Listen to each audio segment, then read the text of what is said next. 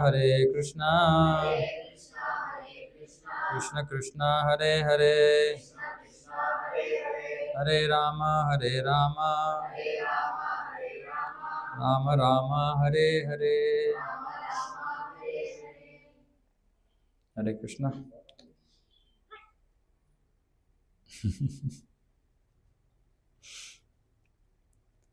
So ಇವತ್ತು ನಾವು 9ನೇ ಅಧ್ಯಾಯವನ್ನು ಪ್ರಾರಂಭ ಮಾಡ್ತಾ ಇದ್ದೀವಿ.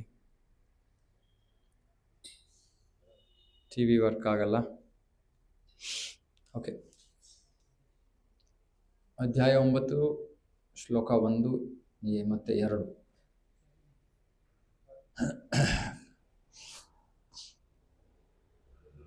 ನನ್ನ ಹತ್ರ ಭಗವದ್ಗೀತೆ ಇದ್ದರೆ ತೆಗೀರಿ.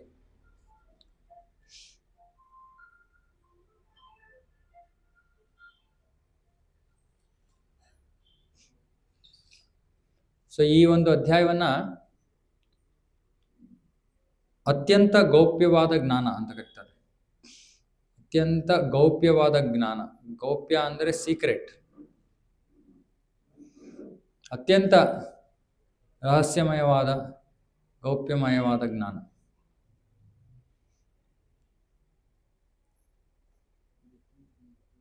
ಸೊ ಭಗವದ್ಗೀತೆಯಲ್ಲಿ 3 ತರಹದ ಜ್ಞಾನ ಇದೆ. ಒಂದು ಗೌಪ್ಯವಾದ ಜ್ಞಾನ, ಇನ್ನೊಂದು ಗೌಪ್ಯತರ ಜ್ಞಾನ. ಗೌಪ್ಯತರ ಅಂದರೆ ಹೆಚ್ಚು ಗೌಪ್ಯವಾದದ್ದು. ಆಮೇಲೆ 3ನೇದು ಗೌಪ್ಯತಮ ಅಂದರೆ ಎಲ್ಲಕ್ಕಿಂತ ಗೌಪ್ಯವಾದದ್ದು. ಸೀಕ್ರೆಟು, ಮಹಾ ಸೀಕ್ರೆಟು, ಮಹಾ ಸೀಕ್ರೆಟ್. ಸೊ ಕೃಷ್ಣ 3 ತರದ ಜ್ಞಾನವನ್ನು ಕೊಡ್ತಾನೆ ಭಗವದ್ಗೀತೆಯಲ್ಲಿ. ಮೊದಲನೇದು ಗೌಪ್ಯವಾದ ಜ್ಞಾನ ಅಂದರೆ 2ನೇ ಅಧ್ಯಾಯದಲ್ಲಿ ಕೃಷ್ಣ ಹೇಳ್ದ, ನತ್ವೇವಾಂ ಜಾತು ನಾಸಂ ನತ್ವಂ ನೇಮೇ ಜನಾಧಿಪಾಹ ನ ಚೈವ ನ ಭವಿಷ್ಯಾಮಃ ಸರ್ವೇ ವಯಂ ತತಃ ಪರಂ. ನಾವೆಲ್ಲರೂ ಶಾಶ್ವತವಾದ ಆತ್ಮಗಳು, ಜೀವಿಗಳು.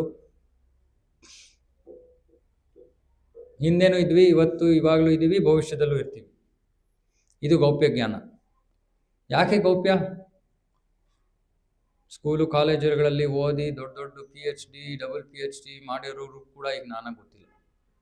ಅವ್ರು ಏನೇನೋ ಜ್ಞಾನ ತಿಳ್ಕೊಂಡಿರ್ತಾರೆ, ಆದರೆ ತಾವು ದೇಹ ಅಲ್ಲ ಅನ್ನೋ ಒಂದು ಜ್ಞಾನ ಸಿಗಲ್ಲ ಅವ್ರಿಗೆ. ಅದು ಬಿಟ್ಟು ಬೇರೆ ಎಲ್ಲ ಜ್ಞಾನ ಪಡ್ಕೊಂಡಿರ್ತಾರೆ. ಅದಕ್ಕೆ ಕೃಷ್ಣ ಹೇಳ್ತಾನೆ, ಇದು ಬಹಳ ಗೌಪ್ಯವಾದದ್ದು. ಅಂದರೆ ನೀವು ಎಲ್ಲ ಸ್ಕೂಲು, ಕಾಲೇಜು, ಯೂನಿವರ್ಸಿಟಿಲಿ ಹೋದ್ರೂ ಕೂಡ ನಿಮಗೆ ಈ ಜ್ಞಾನ ಸಿಗಲ್ಲ. ಇದು ಗೌಪ್ಯವಾದ ಜ್ಞಾನ.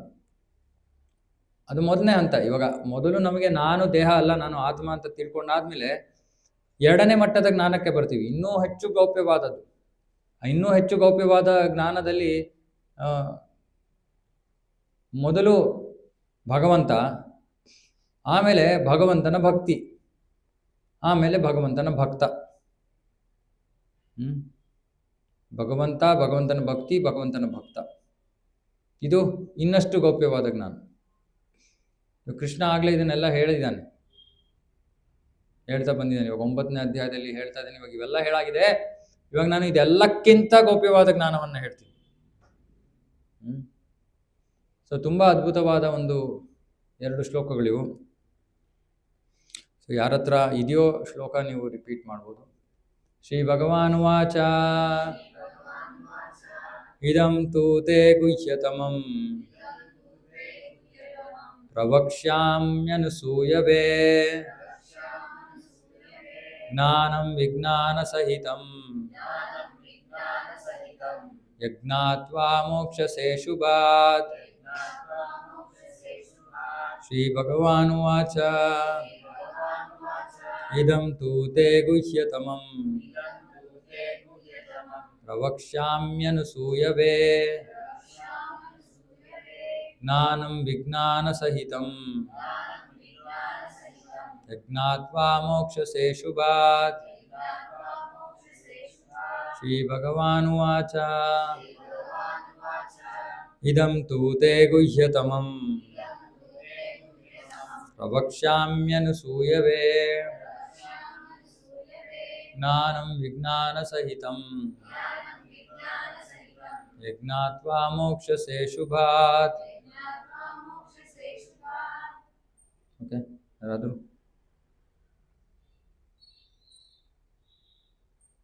ಜೀವನ ಇಲ್ಲ, ಯಾರೂ ಇಲ್ಲ. ಪ್ರಭುಗಳು ಈ ಕಡೆ ನೋಡಿಯಪ್ಪ, ಕನ್ನಡ ಇಲ್ಲ. ಪುಸ್ತಕ ಇಲ್ವಾ ಅಲ್ಲಿ ಕೊಡಿ. ಓಕೆ ಸರಿ ಬಿಡಿ, ಆಯ್ತು. ಯಾರು ಮಾತಾಜಿಯವರು ಹೇಳ್ತೀರಾ? ಶ್ರೀ ಭಗವಾನುವಾಚ ಇದಂ ತೂ ತೇ ಗುಹ್ಯತಮಂ ಪ್ರವಕ್ಷ್ಯಾಮ್ಯನುಸೂಯವೆ ಜ್ಞಾನಂ ವಿಜ್ಞಾನಸಹಿತಂ ಯಜ್ಞಾತ್ವಾ ಮೋಕ್ಷಸೇ ಶುಭಾತ್. ಶ್ರೀ ಭಗವಾನುವಾಚ ಇದಂ ತೂ ತೇ ಗುಹ್ಯತಮಂ ಪ್ರವಕ್ಷ್ಯಾಮ್ಯನುಸೂಯವೆ ಜ್ಞಾನಂ ವಿಜ್ಞಾನಸಹಿತಂ ಯಜ್ಞಾತ್ವಾ ಮೋಕ್ಷಸೇ ಶುಭಾತ್. ಶ್ರೀ ಭಗವಾನುವಾಚ ಇದಂ ತೂ ತೇ ಗುಹ್ಯತಮಂ ಪ್ರವಕ್ಷ್ಯಾಮ್ಯನುಸೂಯವೆ ಜ್ಞಾನಂ ವಿಜ್ಞಾನಸಹಿತಂ ಯಜ್ಞಾತ್ವಾ ಮೋಕ್ಷಸೇ ಶುಭಾತ್. ಶ್ರೀ ಭಗವಾನುವಾಚ ಇದಂ ತೂ ತೇ ಗುಹ್ಯತಮಂ ಪ್ರವಕ್ಷ್ಯಾಮ್ಯನುಸೂಯವೆ ಜ್ಞಾನಂ ವಿಜ್ಞಾನಸಹಿತಂ ಯಜ್ಞಾತ್ವಾ ಮೋಕ್ಷಸೇ ಶುಭಾತ್. ಶ್ರೀ ಭಗವಾನುವಾಚ, ಭಗವಂತ ಹೇಳ್ತಾ ಇದ್ದಾನೆ, ಇದಂ ತೂ ತೇ ಗುಹ್ಯತಮಂ. ಇವಾಗ ನಾನು ನಿನಗೆ ಗುಹ್ಯತಮವಾದ ಜ್ಞಾನವನ್ನು ಹೇಳ್ತಾ ಇದ್ದೀನಿ. ಪ್ರವಕ್ಷ್ಯಾಮಿ, ಹೇಳ್ತೀನಿ. ಅನಸೂಯವೇ, ಅನಸೂಯವೇ ಅಂದರೆ ಅರ್ಜುನನಲ್ಲಿ ಅಸೂಯೆ ಇರಲಿಲ್ಲ. ಅರ್ಜುನನಲ್ಲಿ ಅಸೂಯೆ ಇರಲಿಲ್ಲ. ಅದಕ್ಕೆ ಕೃಷ್ಣ ಹೇಳ್ತಾ ಇದ್ದಾನೆ, ನಿನ್ನಲ್ಲಿ ಅಸೂಯೆ ಇಲ್ಲ, ಹಾಗಾಗಿ ನಾನು ನಿನಗೆ ಅತ್ಯಂತ ಗೌಪ್ಯವಾದ ಜ್ಞಾನವನ್ನು ಕೊಡ್ತಾ ಇದ್ದೀನಿ. ಅಂದರೆ ಅತ್ಯಂತ ಗೌಪ್ಯವಾದ ಜ್ಞಾನವನ್ನು ಪಡ್ಕೊಳ್ಳೋಕ್ಕೆ ಒಂದು ಯೋಗ್ಯತೆ ಇದೆ, ಅರ್ಹತೆ ಇದೆ. ಏನು ಆ ಅರ್ಹತೆ? ನಾವು ಅಸೂಯಾಪರರಾಗಿರಬಾರ್ದು. ಅಂದರೆ ಇನ್ನೊಬ್ಬರನ್ನು ನೋಡಿ ಅಸೂಯೆ. ಅಸೂಯೆ ಅಂದರೆ ಏನು? ಜಲಸಿ, ಈರ್ಷ್ಯೆ, ಅಸೂಯೆ. ಇನ್ನೊಬ್ಬರ ಒಳ್ಳೆಯ ಸ್ಥಿತಿಯನ್ನು ನೋಡಿ ನಮಗೆ ಸಹಿಸ್ಕೊಳಕ್ಕಾಗಲ್ಲ. ಇದಕ್ಕೆ ಅಸೂಯೆ ಅಂತ ಕರೀತಾರೆ. ಇವಾಗ ಎರಡು ಥರದ ಅಸೂಯೆ ಇದೆ. ಒಂದು ಭೌತಿಕ ಪ್ರಪಂಚದಲ್ಲಿ ಇರೋ ಅಸೂಯೆ. ಇದು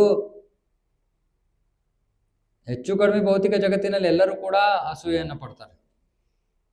ಇನ್ನೊಬ್ಬರನ್ನ ನೋಡಿದ್ರೆ, ಇನ್ನೊಬ್ಬರ ಪ್ರಗತಿಯನ್ನು ನೋಡಿದ್ರೆ ನಮಗೆ ಸರಿ ಹೋಗಲ್ಲ, ಇಷ್ಟ ಆಗಲ್ಲ. ಅದು ವಿಶೇಷವಾಗಿ ನಮಗೆ ಅದು ಸಿಗದೆ ಇನ್ನೊಬ್ಬರಿಗೆ ಸಿಕ್ಕಿದ್ರೆ. ಹೆಚ್ಚು ಕಾರ್ಪೊರೇಟ್ ಕಂಪನಿಗಳೆಲ್ಲ ಆಗುತ್ತೆ ಇದು. ಕಾರ್ಪೊರೇಟ್ ಕಂಪ್ನಿನಲ್ಲಿ ಏನು ಅಂದರೆ ಪ್ರತಿ ವರ್ಷ ಇನ್ಕ್ರಿಮೆಂಟ್ ಕೊಡ್ತಾರೆ. ಇಷ್ಟು ವರ್ಷ ಆಗ್ತಾಯಿತ್ತು, ಇವಾಗ ಏನಾಗುತ್ತೋ ಗೊತ್ತಿಲ್ಲ. ಸೊ ಅವಾಗ ಏನಾಗುತ್ತೆ, ಒಬ್ರಿಗೆ ಸಿಕ್ಬಿಡ್ತು, ಇನ್ನೊಬ್ರಿಗೆ ಸಿಗಲಿಲ್ಲ. ಅವಾಗ ಸಿಗದೆ ಇರೋನು ಏನು ಹೇಳ್ತಾನೆ, ಅವ್ನು ನೋಡಿ ಏನು ಕೆಲಸನೇ ಮಾಡಲಿಲ್ಲ, ಅವನಿಗೆ ಸಿಕ್ಬಿಡ್ತು, ನಾನು ಇಷ್ಟೊಂದು ಕಷ್ಟಪಟ್ಟಿದ್ದೀನಿ, ನನಗೆ ಸಿಗಲಿಲ್ಲ. ಅಸೂಯೆ. ಇವಾಗ ಕೃಷ್ಣ ಇಲ್ಲಿ ಹೇಳ್ತಾ ಇದ್ದಾನೆ, ನನ್ನ ಬಗ್ಗೆ ಅಸೂಯೆ ಪಡ್ತಾ ಇದ್ದಾರೆ ಅಂತ. ಕೃಷ್ಣ ಸಾಮಾನ್ಯವಾದ ಅಸೂಯೆ ಬಗ್ಗೆ ಮಾತಾಡ್ತಾ ಇಲ್ಲ, ಕೃಷ್ಣನ ಬಗ್ಗೆ ಅಸೂಯೆ ಅಂತೆ ನಮಗೆ. ಹೇಗಪ್ಪ ಕೃಷ್ಣನ ಬಗ್ಗೆ ಅಸೂಯೆ? ಹೇಗೆ ಕೃಷ್ಣನ ಬಗ್ಗೆ, ಕೃಷ್ಣನ ಪ್ರತಿ ಹೇಗೆ ಅಸೂಯೆ ತೋರ್ತಾ ಇದ್ದೀವಿ ನಾವು? 1 2 3 ನಿಮಗೆಲ್ಲ ಕ್ವೆಶ್ಚನ್ ಇದು. 4 5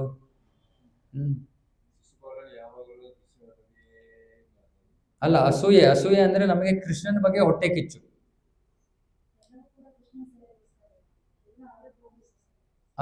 ಹಾಗಿದ್ರೆ ಸೊ ಅಸೂಯೆ ಎಲ್ಲಿಂದ ಬಂತು? ಎಲ್ಲ ಕೃಷ್ಣನಿಗೋಸ್ಕರ ಉಪಯೋಗಿಸಿದ್ರೆ ಒಳ್ಳೇದಲ್ವ? ಎಕ್ಸ್ಪ್ಲೇನ್ ಮಾಡಬೇಕು. ಯಾತಕ್ಕೆ ಅಸೂಯೆ ಅಂದರೆ, ಭೋಕ್ತಾರಂ ಯಜ್ಞ ತಪಸಾಂ ಸರ್ವಲೋಕ ಮಹೇಶ್ವರಂ ಸುಹೃದಂ ಸರ್ವಭೂತಾನಾಂ ಜ್ಞಾತ್ವ. ಕೃಷ್ಣ ಅಂದರೆ ಭೋಕ್ತಾರಂ ಯಜ್ಞ ತಪಸಾಂ. ಭೋಕ್ತ, ನಾನೊಬ್ಬನೇ ಭೋಗಿಸೋನು, ನಾನೊಬ್ಬನೇ ಎಂಜಾಯರ್, ಇನ್ಯಾರೂ ಇಲ್ಲ. ಈ ಪ್ರಪಂಚದಲ್ಲಿ ನಾನೊಬ್ಬನೇ ಭೋಗಿಸೋನು, ಇನ್ನೆಲ್ಲರೂ ನನಗೆ ಆನಂದವನ್ನು ಕೊಡಬೇಕಾಗಿರುವಂಥವ್ರು. ಭೌತಿಕ ಜಗತ್ತಿನಲ್ಲೆಲ್ಲ ಏನ್ ಮಾಡ್ತಾ ಇದ್ದಾರೆ? ತಮಗೆ ಆನಂದವನ್ನು ಕೊಟ್ಕೊಳ್ಳೋಕೆ ಪ್ರಯತ್ನ ಮಾಡ್ತಾ ಇದ್ದಾರೆ. ಅವ್ರ ಯೋಚನೆ, ಕೃಷ್ಣ ಯಾಕೆ ಒಬ್ಬನೇ ಎಂಜಾಯ್ ಮಾಡಬೇಕು, ನಾನು ಎಂಜಾಯ್ ಮಾಡ್ತೀನಿ. ಸೊ ಇದು ಅಸೂಯೆ. ಕೃಷ್ಣನ ಸ್ಥಾನ, ಅವನಿಗೆ ಆ ಸ್ಥಾನದ ಕೃಷ್ಣನ ಸ್ಥಾನ ಅವನೊಬ್ಬನೇ ಭೋಗಿಸೋನು. ಅವನಿಗೆ ನಾವು ಸೇವಕರಾಗೋಣ, ಅವನಿಗೆ ಸೇವೆ ಮಾಡೋಣ, ಅವನ ಇನ್ನೂ ಭೋಗ ಹೆಚ್ಚಾಗ್ಲಿ, ಅವನು ಇನ್ನೂ ಆನಂದ ಹೆಚ್ಚಾಗ್ಲಿ ಅಂತ ಯೋಚನೆ ಮಾಡೋರು, ಅವರಿಗೆ ಕೃಷ್ಣನ ಪ್ರತಿ ಅಸೂಯೆ ಇಲ್ಲ. ಆದ್ರೆ ಯಾರು ಯೋಚನೆ ಮಾಡ್ತಾ ಇದ್ದಾರೆ, ಅವನೊಬ್ಬನೇ ಯಾಕೆ, ನಾನು ಮಜಾ ಮಾಡ್ತೀನಿ, ನಾನು ಮಾಲ್ಗೆ ಹೋಗ್ತೀನಿ, ನಾನು ಶಾಪಿಂಗ್ ಮಾಡ್ತೀನಿ, ನಾನು ಹೊಸ ಹೊಸ ವಸ್ತು ತಗೋತೀನಿ, ಅವನ ಹತ್ರ ಯಾಕೆ ಬರೀ ಒಂದು ದೊಡ್ಡ ಮನೆ ಇರಬೇಕು, ಮಹಲ್ ಇರಬೇಕು, ನಾನು ದೊಡ್ಡ ಮನೆ ಕಟ್ತೀನಿ, ನಾನು ದೊಡ್ಡ ಕಾರ್ ತಗೋತೀನಿ. ಇದೆಲ್ಲ ಅಸೂಯೆ. ಅದಕ್ಕೆ ಕೃಷ್ಣ ಹೇಳ್ತಾ ಇದ್ದಾನೆ, ಯಾರಿಗೆ ಈ ತರ ಅಸೂಯೆ ಇದೆಯೋ ಕೃಷ್ಣನ ಬಗ್ಗೆ, ಕೃಷ್ಣ ಈ ಗೌಪ್ಯವಾದ ಜ್ಞಾನ ಕೊಡೋದಿಲ್ಲ, ಕೊಟ್ಟರು ಕೂಡ ಅರ್ಥ ಆಗಲ್ಲ. ಎಲೆಕ್ಟ್ರಿಸಿಟಿ ನೋಡಿ ಬಂದ್ರು ನೋಡಿ, ಸ್ವಲ್ಪ ಪೂರ್ತಿ ವೋಲ್ಟೇಜ್ ಡೌನ್ ಇದೆ. ಸೊ ಅವನು ಜ್ಞಾನವನ್ನು ಕೊಟ್ಟರೂ ಕೂಡ ಅವ್ರಿಗೆ ಅರ್ಥ ಆಗಲ್ಲ. ಯಾಕೆ ಅಂತ ಇವಾಗ ನಿಮ್ಗೆ ಗೊತ್ತಾಗುತ್ತೆ ಇನ್ನು ಸ್ವಲ್ಪ ಹೊತ್ತಿಗೆ. ಈ ಜ್ಞಾನ ಏನು ಅಂತ ಕೃಷ್ಣ ಹೇಳ್ತಾನೆ. ಏನಿದು ಜ್ಞಾನ, ಗೌಪ್ಯವಾದ ಜ್ಞಾನ? ಕೃಷ್ಣ ಹೇಳ್ತಾ ಇದ್ದಾನೆ, ಇದಕ್ಕೆ ಯಾರು ಪೂರ್ತಿನ ಆಫ್ ಮಾಡ್ಬಿಟ್ರು, ಈಸಿ ಆಗುತ್ತೆ ಅಂತ. ಸ್ವಲ್ಪ ಯಾಕಪ್ಪ ಬೇಕು, ಪೂರ್ತಿ ತೆಗೆದ್ಬಿಡ್ತೀನಿ. ಯಾರಿಗೆ ಕೃಷ್ಣನ ಬಗ್ಗೆ ಅಸೂಯೆ ಇಲ್ವೋ ಅವ್ರಿಗೆ ಮಾತ್ರ ಈ ಜ್ಞಾನ ಅರ್ಥ ಆಗಕ್ಕೆ ಸಾಧ್ಯ. ಸೊ ಕೃಷ್ಣ ಹೇಳ್ತಾನೆ, ಅರ್ಜುನ ನಿನಗೆ ನನ್ನ ಮೇಲೆ ಅಸೂಯೆ ಇಲ್ಲ, ಹಾಗಾಗಿ ನಾನು ನಿನಗೆ ಹೇಳ್ತಾ ಇದ್ದೀನಿ ಜ್ಞಾನ.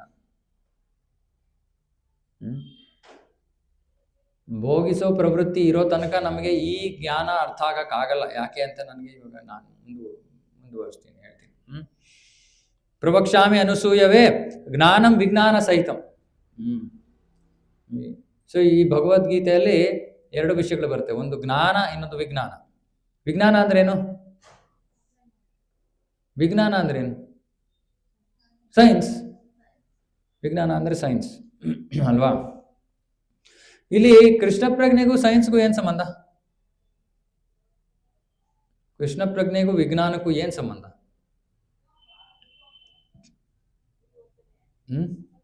ವಿಜ್ಞಾನ ಅಂದ್ರೆ ಏನು? ವಿಜ್ಞಾನದಲ್ಲಿ ಏನಿರುತ್ತೆ? ಎಷ್ಟು ಜನ ವಿಜ್ಞಾನದ ವಿದ್ಯಾರ್ಥಿಗಳು, ಎಷ್ಟು ಜನ ಸೈನ್ಸ್ ಓದಿದ್ದೀರಾ ಜೀವನದಲ್ಲಿ? ಹಿಂದೆ ಇರುವಂತ ಆರಾಮ್.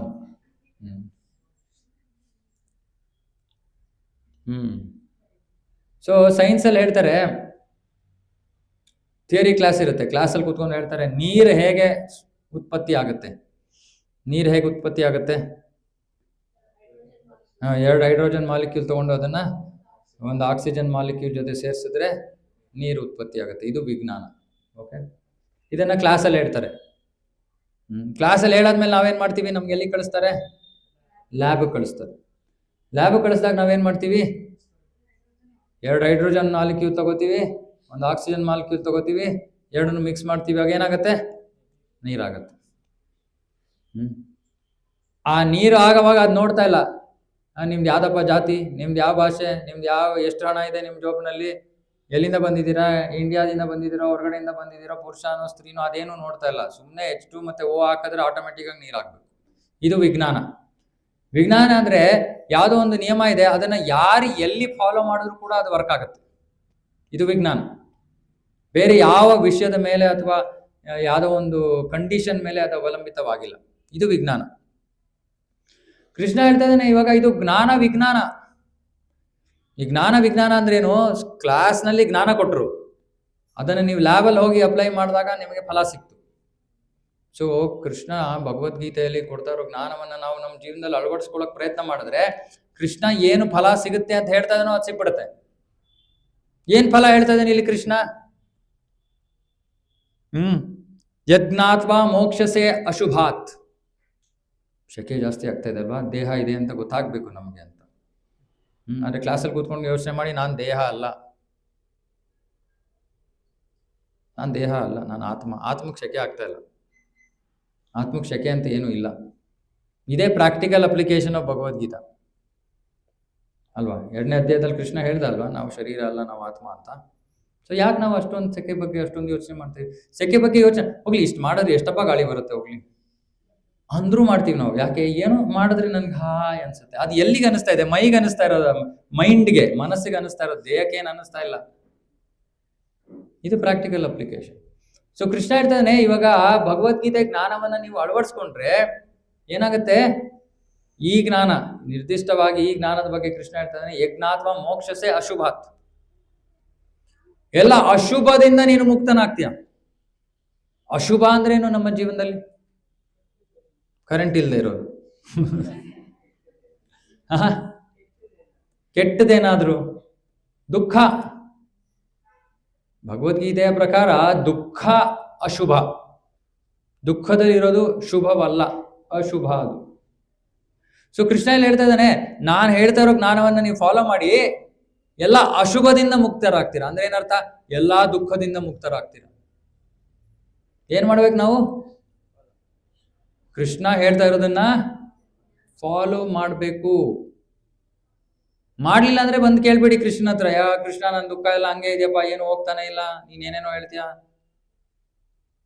ಕೃಷ್ಣ ಕೇಳ್ತಾನೆ, ಫಾಲೋ ಮಾಡ್ತಾ ಇದೆಯಾ? H2 2 ಮಾಲಿಕ್ಯೂಲ್ ತಗೋಬೇಕು, 1 ಆಕ್ಸಿಜನ್ ತಗೋಬೇಕು. ನೀವು ಅದ್ರ ಜೊತೆಗೆ ಸ್ವಲ್ಪ ಇದು ಚೆನ್ನಾಗಿದೆ, ಯಾವ್ದೋ ಇನ್ನೊಂದು ಇಲ್ಲಿ ಲಿಕ್ವಿಡ್ ಇದೆ ನೋಡಿ, ಏನೋ ಕೆಂಪಗಿದೆ ಚೆನ್ನಾಗಿದೆ, ಅದನ್ನು ಇದ್ರ ಜೊತೆ ಸೇರಿಸ್ತೀನಿ ಅಂದ್ರೆ ಏನಾಗುತ್ತೆ? ನೀರು ಸಿಗುತ್ತಾ? ಸಿಗಲ್ಲ. ಮಕ್ಕಳೆಲ್ಲ ಒಳಗೋಗ್ರಪ್ಪ, ಕ್ಲಾಸ್ ನಡೀತಾ ಇದೆ.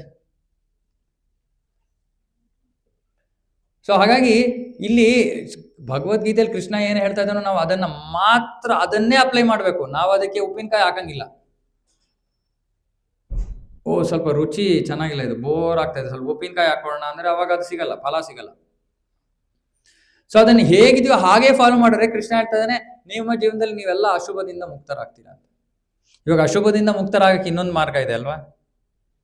ಏನು ಅಶುಭದಿಂದ ಮುಕ್ತರಾಗ ಮಾರ್ಗ?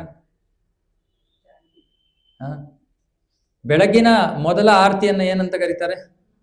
ಮಂಗಳ ಆರತಿ. ಮಂಗಳ ಅಂದ್ರೆ ಏನು? ಶುಭ. ಸೊ ಶುಭ ಅಂದ್ರೆ ಅವಾಗ ಅಶುಭ ಏನಾಗುತ್ತೆ?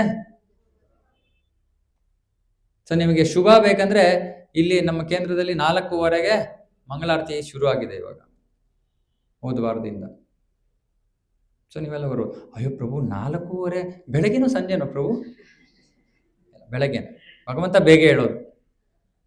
ಭಗವಂತ ಬೆಳಗ್ಗೆ 4:15ಗೆ ಹೇಳ್ತಾನೆ, ಎದ್ದಾದ್ಮೇಲೆ ಅವನಿಗೆ ಆರತಿ ಮಾಡಬೇಕು.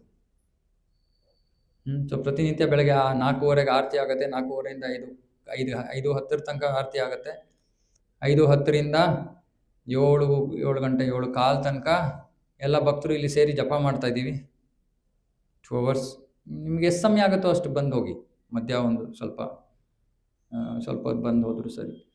ಆಮೇಲೆ 7:15ರಿಂದ 7:45 ತಿರ್ಗಾ ಇನ್ನೂ 1-2 ಆರತಿ ಆಗುತ್ತೆ, ಗುರು ಪೂಜೆ ಆಗುತ್ತೆ. ಆಮೇಲೆ ಬೆಳಗಿನ ಕಾರ್ಯಕ್ರಮ ಮುಗೀತು. ಇದಕ್ಕೆ ಮಂಗಳಾರತಿ ಅಂತಾರೆ. ಮಂಗಳಾರತಿ ಅಂದ್ರೆ ಬೆಳಗಿನ ಕಾರ್ಯಕ್ರಮ ನಮಗೆ ಬಹಳ ಶುಭ ಪ್ರದಾಯಕ. ಬಾಲಾಜಿ ಎಷ್ಟೊತ್ತು ಮಲ್ಕೋತಾನೆ ತಿರುಪತಿಯಲ್ಲಿ? 1.5 hour, 2 hours, 1.5-2 ಗಂಟೆ. ಎಷ್ಟೊತ್ತಿಗೆ ಹೇಳೋದು ಬೆಳಗ್ಗೆ? ಸುಪ್ರಭಾತ ಎಷ್ಟೊತ್ತಿಗೆ ಇರೋದು? ಸುಪ್ರಭಾತ ಸೇವಾ 3 ಗಂಟೆ. ಅವನು ಹೇಳ್ತಾನೆ, ನಾವು ನಿದ್ದೆ ಮಾಡ್ತಾ ಇರ್ತೀವಿ. ನೀನ್ ತಾನೇ ಹೇಳ್ಬೇಕು, ಹೇಳಪ್ಪ. ನಾನ್ ನಿದ್ದೆ ಮಾಡ್ಕೊಂಡು ಆನಂದದಲ್ಲಿ ಮಲಗಿರ್ಬೇಕಪ್ಪ. ಸೊ ಅದು ಮಂಗಳ ಆರತಿ ಆಗಲ್ಲ, ಅದು ಅಮಂಗಳ ಆರತಿ ಆಗುತ್ತೆ ನಿಮಗೆ. ಮಂಗಳ ಆಗಬೇಕು ಅಂದ್ರೆ ಬೆಳಗ್ಗೆ ಮಂಗಳಾರತಿಯನ್ನು ಅಟೆಂಡ್ ಮಾಡಬೇಕು. ಓಕೆ, ಸೊ ಇವಾಗ ಈ ಗುಹ್ಯತಮವಾದ ಜ್ಞಾನ ಏನು, ಇದು ಬಹಳ ಬಹಳ ಮುಖ್ಯ. ಇವಾಗ ಈ ಪೂರ್ತಿ ಭಾವಾರ್ಥದಲ್ಲಿ ಬಹಳ ಉದ್ದವಾದ ಭಾವಾರ್ಥ ಇದೆ. ತುಂಬಾ ಅದ್ಭುತವಾದ ವಿಷಯಗಳನ್ನು ಪ್ರಭುಪಾದರು ಬರೆದಿದ್ದಾರೆ. ನಾವು ಅದರಲ್ಲಿ ಓದಕ್ಕೆ ಶುರು ಮಾಡಿದ್ರೆ 1 ಲೈನೇ ಸಾಕು. ಪೂರ್ತಿ ಇವತ್ತು ಕ್ಲಾಸ್ ಅಲ್ಲ ಅದೇ ಡಿಸ್ಕಸ್ ಮಾಡ್ಬೋದು. ಆದ್ರೆ ಪ್ರಭುಪಾದರು ಏನ್ ಹೇಳ್ತಾ ಇದ್ದಾರೆ, ಒಂದು ಬಹಳ ಮುಖ್ಯವಾದ ವಿಷಯವನ್ನು ಹೇಳ್ತಾ ಇದ್ದಾರೆ. ಏನು ಅಂದ್ರೆ, ಕೃಷ್ಣನ ಬಗ್ಗೆ ನಾವು ತಿಳ್ಕೋಬೇಕು ಅಂದ್ರೆ, ಕೃಷ್ಣನ ಬಗ್ಗೆ ತಿಳ್ಕೊಳ್ಳೋದು ನಾವು ಹಾಗೆ ನಾನು ಓದ್ತೀನಿ, ನಾನು ಪ್ರಯತ್ನ ಮಾಡ್ತೀನಿ, ನಾನು ಅರ್ಥ ಮಾಡ್ಕೋತೀನಿ ಅಂದ್ರೆ ಆಗಲ್ಲ. ನಮ್ಮ ಸ್ವಬುದ್ಧಿಯಿಂದ ಕೃಷ್ಣನನ್ನ ಅರ್ಥ ಮಾಡ್ಕೊಳಕ್ ಆಗಲ್ಲ. ಪ್ರಭುಪಾದರು ಇಲ್ಲಿ ಬರೀತಾರೆ, ಕೇವಲ ಭಕ್ತರ ಸಂಘದಲ್ಲಿ ಮಾತ್ರ ಕೃಷ್ಣನ ಅರ್ಥ ಮಾಡ್ಕೊಳಕ್ ಸಾಧ್ಯ. ಯಾಕೆ ಭಕ್ತರ ಸಂಘದಲ್ಲಿ ಮಾತ್ರ ಕೃಷ್ಣನ ಅರ್ಥ ಮಾಡ್ಕೊಳಕ್ ಸಾಧ್ಯ? ಯಾಕಂದ್ರೆ ಕೃಷ್ಣ ಭಗವದ್ಗೀತೆಯಲ್ಲಿ ಬರೀತಾನೆ, ಭಕ್ತ್ಯಾ ಮಾಮಪಿ ಜಾನಾತಿ. ಭಕ್ತ ಮಾತ್ರ ನನ್ನನ್ನು ಅರ್ಥ ಮಾಡ್ಕೊಳಕ್ ಸಾಧ್ಯ.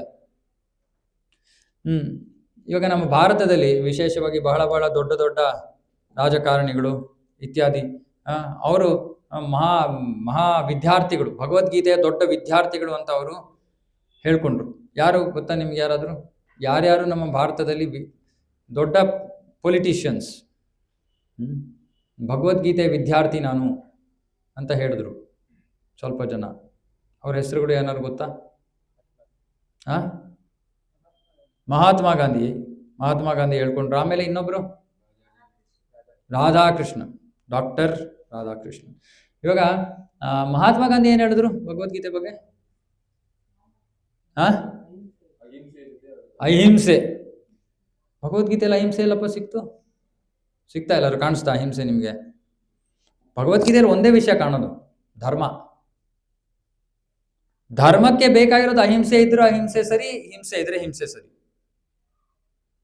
ಅಲ್ಲಿ ಕನ್ಸಿಡರೇಷನ್ ಇರೋದು ಹಿಂಸೆ ಅಥವಾ ಅಹಿಂಸೆ ಅಲ್ಲ, ಧರ್ಮಕ್ಕೆ ಪ್ರಾಮುಖ್ಯತೆ ಕೊಡ್ತಾ ಇರೋದು ಕೃಷ್ಣ ಧರ್ಮಕ್ಕೋಸ್ಕರ ಅರ್ಜುನನನ್ನ ಚುಚ್ತಾ ಇದ್ದಾನೆ. ಯುದ್ಧ ಮಾಡು. ಅರ್ಜುನ ಹೇಳ್ತಾನೆ ಇಲ್ಲ ಮಾಡಲ್ಲ, ನಾನು ಅಹಿಂಸಾವಾದಿ, ನಾನು ಮಹಾತ್ಮ ಗಾಂಧಿ ಫಾಲೋವರ್. ಕೃಷ್ಣ ಹೇಳ್ತಾನೆ ಯುದ್ಧ ಮಾಡು. ಧರ್ಮ ಸ್ಥಾಪನೆ ಮಾಡ್ಬೇಕಂದ್ರೆ ಯುದ್ಧ ಮಾಡ್ಬೇಕು, ಯಾಕಂದ್ರೆ ಅವನು ಕ್ಷತ್ರಿಯ. ಸೊ ಕ್ಷತ್ರಿಯ ಆಗಿ ಅವನು ಸುಮ್ಮನೆ ಕೂತ್ಕೊಂಡ್ರೆ ಅವನು ಉಪಯೋಗ ಇಲ್ಲ. ಸೊ ಇಲ್ಲಿ ಅಹಿಂಸೆ ಎಲ್ಲಿಂದ ಬಂತು? ಸೊ ಹಾಗಾಗಿ ಭಗವದ್ಗೀತೆಯನ್ನು ಅರ್ಥ ಮಾಡ್ಕೊಳಕ್ಕಾಗಲ್ಲ ಇಲ್ಲ. ಇನ್ನೊಬ್ರು ಡಾಕ್ಟರ್ ರಾಧಾಕೃಷ್ಣನ್ ಅವರು ಡಾಕ್ಟರ್ ಯಾವ್ದ್ರಲ್ಲಿ ಗೊತ್ತಾ? ಮೆಡಿಕಲ್ ಸೈನ್ಸ್ ಡಾಕ್ಟರ್ ಅಲ್ಲ ಅವರು, ಈ ಡಾಕ್ಟರ್ ಅಲ್ಲ, ಫಿಲಾಸಫಿ ತತ್ವಶಾಸ್ತ್ರದಲ್ಲಿ ಡಾಕ್ಟರೇಟ್ ಅವರು, ಡಾಕ್ಟರ್ ಇನ್ ಫಿಲಾಸಫಿ ಅವರು ಕೃಷ್ಣ ಭಗವದ್ಗೀತೆಯಲ್ಲಿ ಕೊನೆಗೆ ಹೇಳ್ತಾನೆ, ಸರ್ವಧರ್ಮಾನ್ ಪರಿತ್ಯಜ್ಯ ಮಾಮೇಕಂ ಶರಣಂ ವ್ರಜ. ಮಾಂ ಏಕಂ ಅಂದ್ರೆ ಏನಪ್ಪ ಅರ್ಥ? ಕೃಷ್ಣ ಏನ್ ಹೇಳ್ತಾ ಇದ್ದಾನೆ? ಮಾಂ ಏಕಂ ಅಂದ್ರೆ ನನ್ನ ಒಬ್ಬನನ್ನಲ್ಲೇ ಬಂದು ಶರಣಾಗತರಾಗಿ. ಕ್ಲಿಯರ್ ಆಗಿದೆಯಾ? ಮಾಂ ಅಂದ್ರೆ ನಾನು. ಯಾರಿಗಾರು ಎಲಿಮೆಂಟ್ರಿ ಸಾಂಸ್ಕ್ರಿಟ್ ಗೊತ್ತಿರೋರು ಹೇಳ್ತಾರೆ ಮಾಂ ಅಂದ್ರೆ ನಾನು ಅಂತ. ಮಾಂ ಏಕಂ ಅಂದ್ರೆ ಒಬ್ಬನೇ. ಅದು ಎಲ್ಲರಿಗೂ ಅರ್ಥ ಆಗುವಂತ ಪದ. ಸೊ 2 ಪದ, ಮಾಂ ಏಕಂ. ಕೃಷ್ಣ ಅಷ್ಟು ಕ್ಲಿಯರ್ ಆಗಿ ಹೇಳ್ತಾರೆ, ನನಗೆ ಮಾತ್ರ ಬಂದು ಶರಣಾಗತರಾಗಿ. ಅವ್ರು ಹೇಳ್ತಾ ಇದಾರೆ ಕೃಷ್ಣನ್ ಶರಣಾಗತರಾಗ್ಬೇಡಿ. ಕೃಷ್ಣನಲ್ಲಿ ಯಾವುದೋ ಅಜಾತ ವಿಷಯ ಇದೆ, ಅಜಾತ ಅಂಶ. ಆ ಅಜಾತ ಅಂಶಕ್ಕೆ ಶರಣಾಗತರಾಗಿ. ಅಜಾತ ಅಂದ್ರೆ ಯಾವುದಕ್ಕೆ ಜನ್ಮ ಇಲ್ವೋ ಆ ಅಂಶಕ್ಕೆ ಶರಣಾಗತರಾಗಿ ಅಂತ. ಇವಾಗ ನಮ್ಮಲ್ಲಿ 2 ಅಂಶ ಇದೆ, ಒಂದು ಜಾತ, ಒಂದು ಅಜಾತ. ಅಂದ್ರೆ ಯಾವುದೋ ಒಂದು ಹುಟ್ಕೊಳ್ಳುತ್ತೆ, ಇನ್ನೊಂದಕ್ಕೆ ಜನ್ಮ ಇಲ್ಲ. ಯಾವ್ದು ಹುಟ್ಕೊಳ್ಳೋದು? ಶರೀರ ಹುಟ್ಕೊಳ್ಳುತ್ತೆ.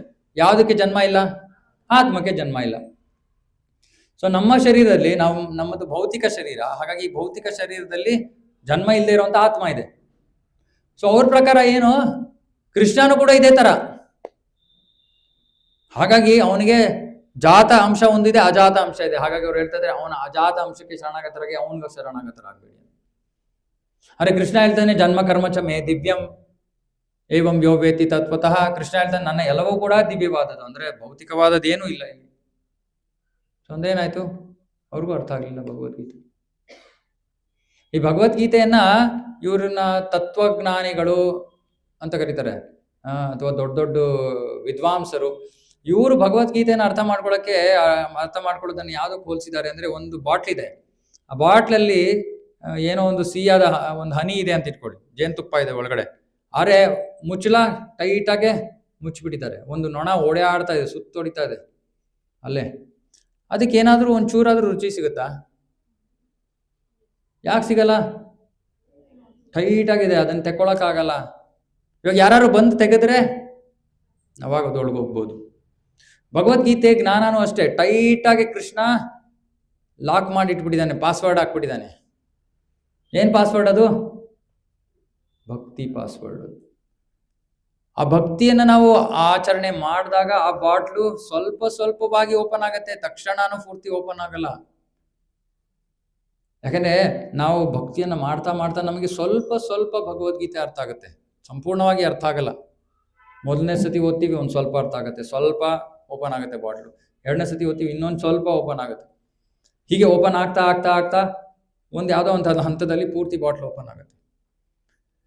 ಭಕ್ತಿನ ಯಾರು ಮಾಡದೇ ಇಲ್ವೋ ಅವರು ಭಗವದ್ಗೀತೆಯನ್ನು ಅರ್ಥ ಮಾಡ್ಕೊಳಕ್ ಸಾಧ್ಯನೇ ಇಲ್ಲ. ಸೊ ಪ್ರಭುಪಾದರು ಅದಕ್ಕೆ ಹೇಳ್ತಾ ಇದ್ದಾರೆ, ಕೇವಲ ಭಕ್ತರ ಸಂಘದಲ್ಲಿ ಮಾತ್ರ ನಾವು ಭಗವದ್ಗೀತೆಯನ್ನು ಅರ್ಥ ಮಾಡ್ಕೊಳಕ್ ಸಾಧ್ಯ. ಇವಾಗ ನಾವು ಇಲ್ಲಿ ಹೆಚ್ಚು ಕಡಿಮೆ ನಾವು ಓದ್ತಾ ಇರೋದು, ನಾನು ಹೇಳ್ತಾ ಇರೋ ಅಂಶಗಳೆಲ್ಲ ಪ್ರಭುಪಾದರ ಭಾವಾರ್ಥದಿಂದ ಹೇಳ್ತಾ ಇರೋದು ನಾನು.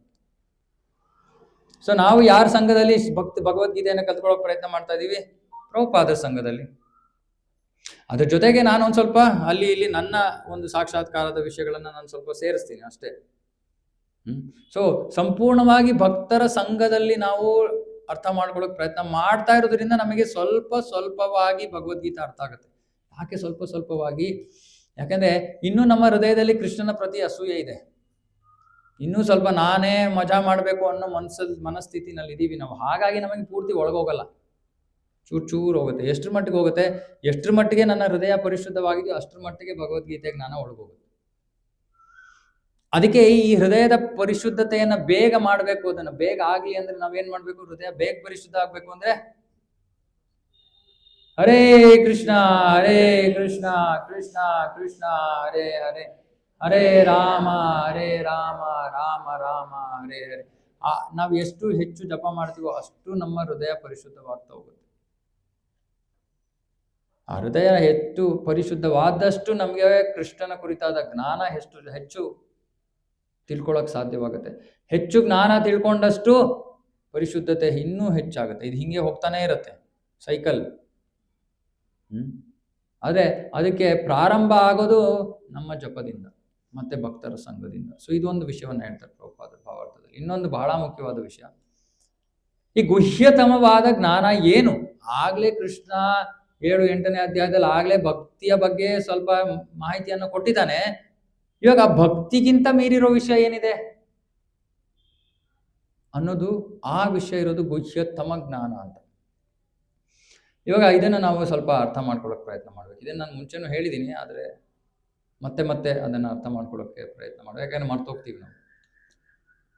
2 ತರಹದ ಭಕ್ತಿ ಸೇವೆ ಇದೆ. ಮೊದಲನೇ ತರಹದ ಭಕ್ತಿ ಸೇವೆಯನ್ನ ಮಿಶ್ರ ಭಕ್ತಿ ಅಂತ ಕರೀತಾರೆ, ಮಿಶ್ರ ಭಕ್ತಿ. 2ನೇ ತರಹದ ಭಕ್ತಿಯನ್ನ ಶುದ್ಧ ಭಕ್ತಿ ಅಂತ ಕರೀತಾರೆ. ಇವಾಗ ಇಲ್ಲಿ ಕೃಷ್ಣ ಮಾತಾಡ್ತಾ ಇರೋ ಗುಹ್ಯತಮವಾದ ಜ್ಞಾನ ಈ ಶುದ್ಧ ಭಕ್ತಿ. ಶುದ್ಧ ಭಕ್ತಿ ಅಂದ್ರೆ ಏನು? ಶುದ್ಧ ಭಕ್ತಿ ಅಂದ್ರೆ ಕೇವಲ ಕೃಷ್ಣನ ಸಂತೃಪ್ತಿಗೋಸ್ಕರ ಮಾತ್ರ ಭಕ್ತಿಯನ್ನು ಮಾಡೋದು. ಯಾರ ಸಂತೃಪ್ತಿಗೋಸ್ಕರ? ಕೇವಲ ಕೃಷ್ಣನ ಸಂತೃಪ್ತಿಗೋಸ್ಕರ ಮಾತ್ರ ಭಕ್ತಿಯನ್ನ ಮಾಡೋದು ಶುದ್ಧ ಭಕ್ತಿ ಸೇವೆ. ಮಿಶ್ರ ಭಕ್ತಿ ಸೇವೆ ಅಂದ್ರೆ ನಮಗೋಸ್ಕರ ಏನೋ ಸಿಗಲಿ ಅನ್ನೋ ಉದ್ದೇಶದಿಂದ ಭಕ್ತಿಯನ್ನ ಮಾಡೋದು ಮಿಶ್ರ ಭಕ್ತಿ.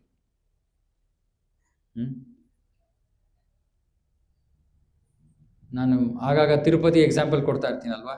ಏನ್ ಮಾಡ್ತೀವಿ ನಾವು? ತಿರುಪತಿಗೆ ಹೋಗ್ಬಿಟ್ಟು ಹುಂಡಿಗೆ ಹೋಗ್ತೀವಿ. ಹುಂಡಿ ದೇವರ ದರ್ಶನ ಆಯ್ತು. ನೆಕ್ಸ್ಟ್ 2 ಮುಖ್ಯವಾದ ವಿಷಯ, ಒಂದು ಹುಂಡಿ, ಇನ್ನು ಪ್ರಸಾದ. ಸೊ ಹುಂಡಿಲಿ ಹೋಗ್ಬಿಟ್ಟು ಏನ್ ಮಾಡ್ತೀವಿ? ಹುಂಡಿ ಹತ್ರ ಹೋಗ್ಬಿಟ್ಟು ಕೈಲಾದಷ್ಟು ಹಾಕ್ತೀವಿ, ಬಾಯ್ಲಾದಷ್ಟು ಕೇಳ್ಕೊತೀವಿ. 10 ರೂಪಾಯಿ ಹಾಕ್ತೀವಿ, 1000 ರೂಪಾಯಿ ಕೇಳಿಸ್ಕೊತೀವಿ. 10 ರೂಪಾಯಿ ಹಾಕೋದಲ್ಲಿ 1000 ರೂಪಾಯಿ ಜೊತೆಗೆ ರಿಕ್ವೆಸ್ಟ್ ಹಾಕೋದು, ಕೃಷ್ಣ ಭಗವಂತ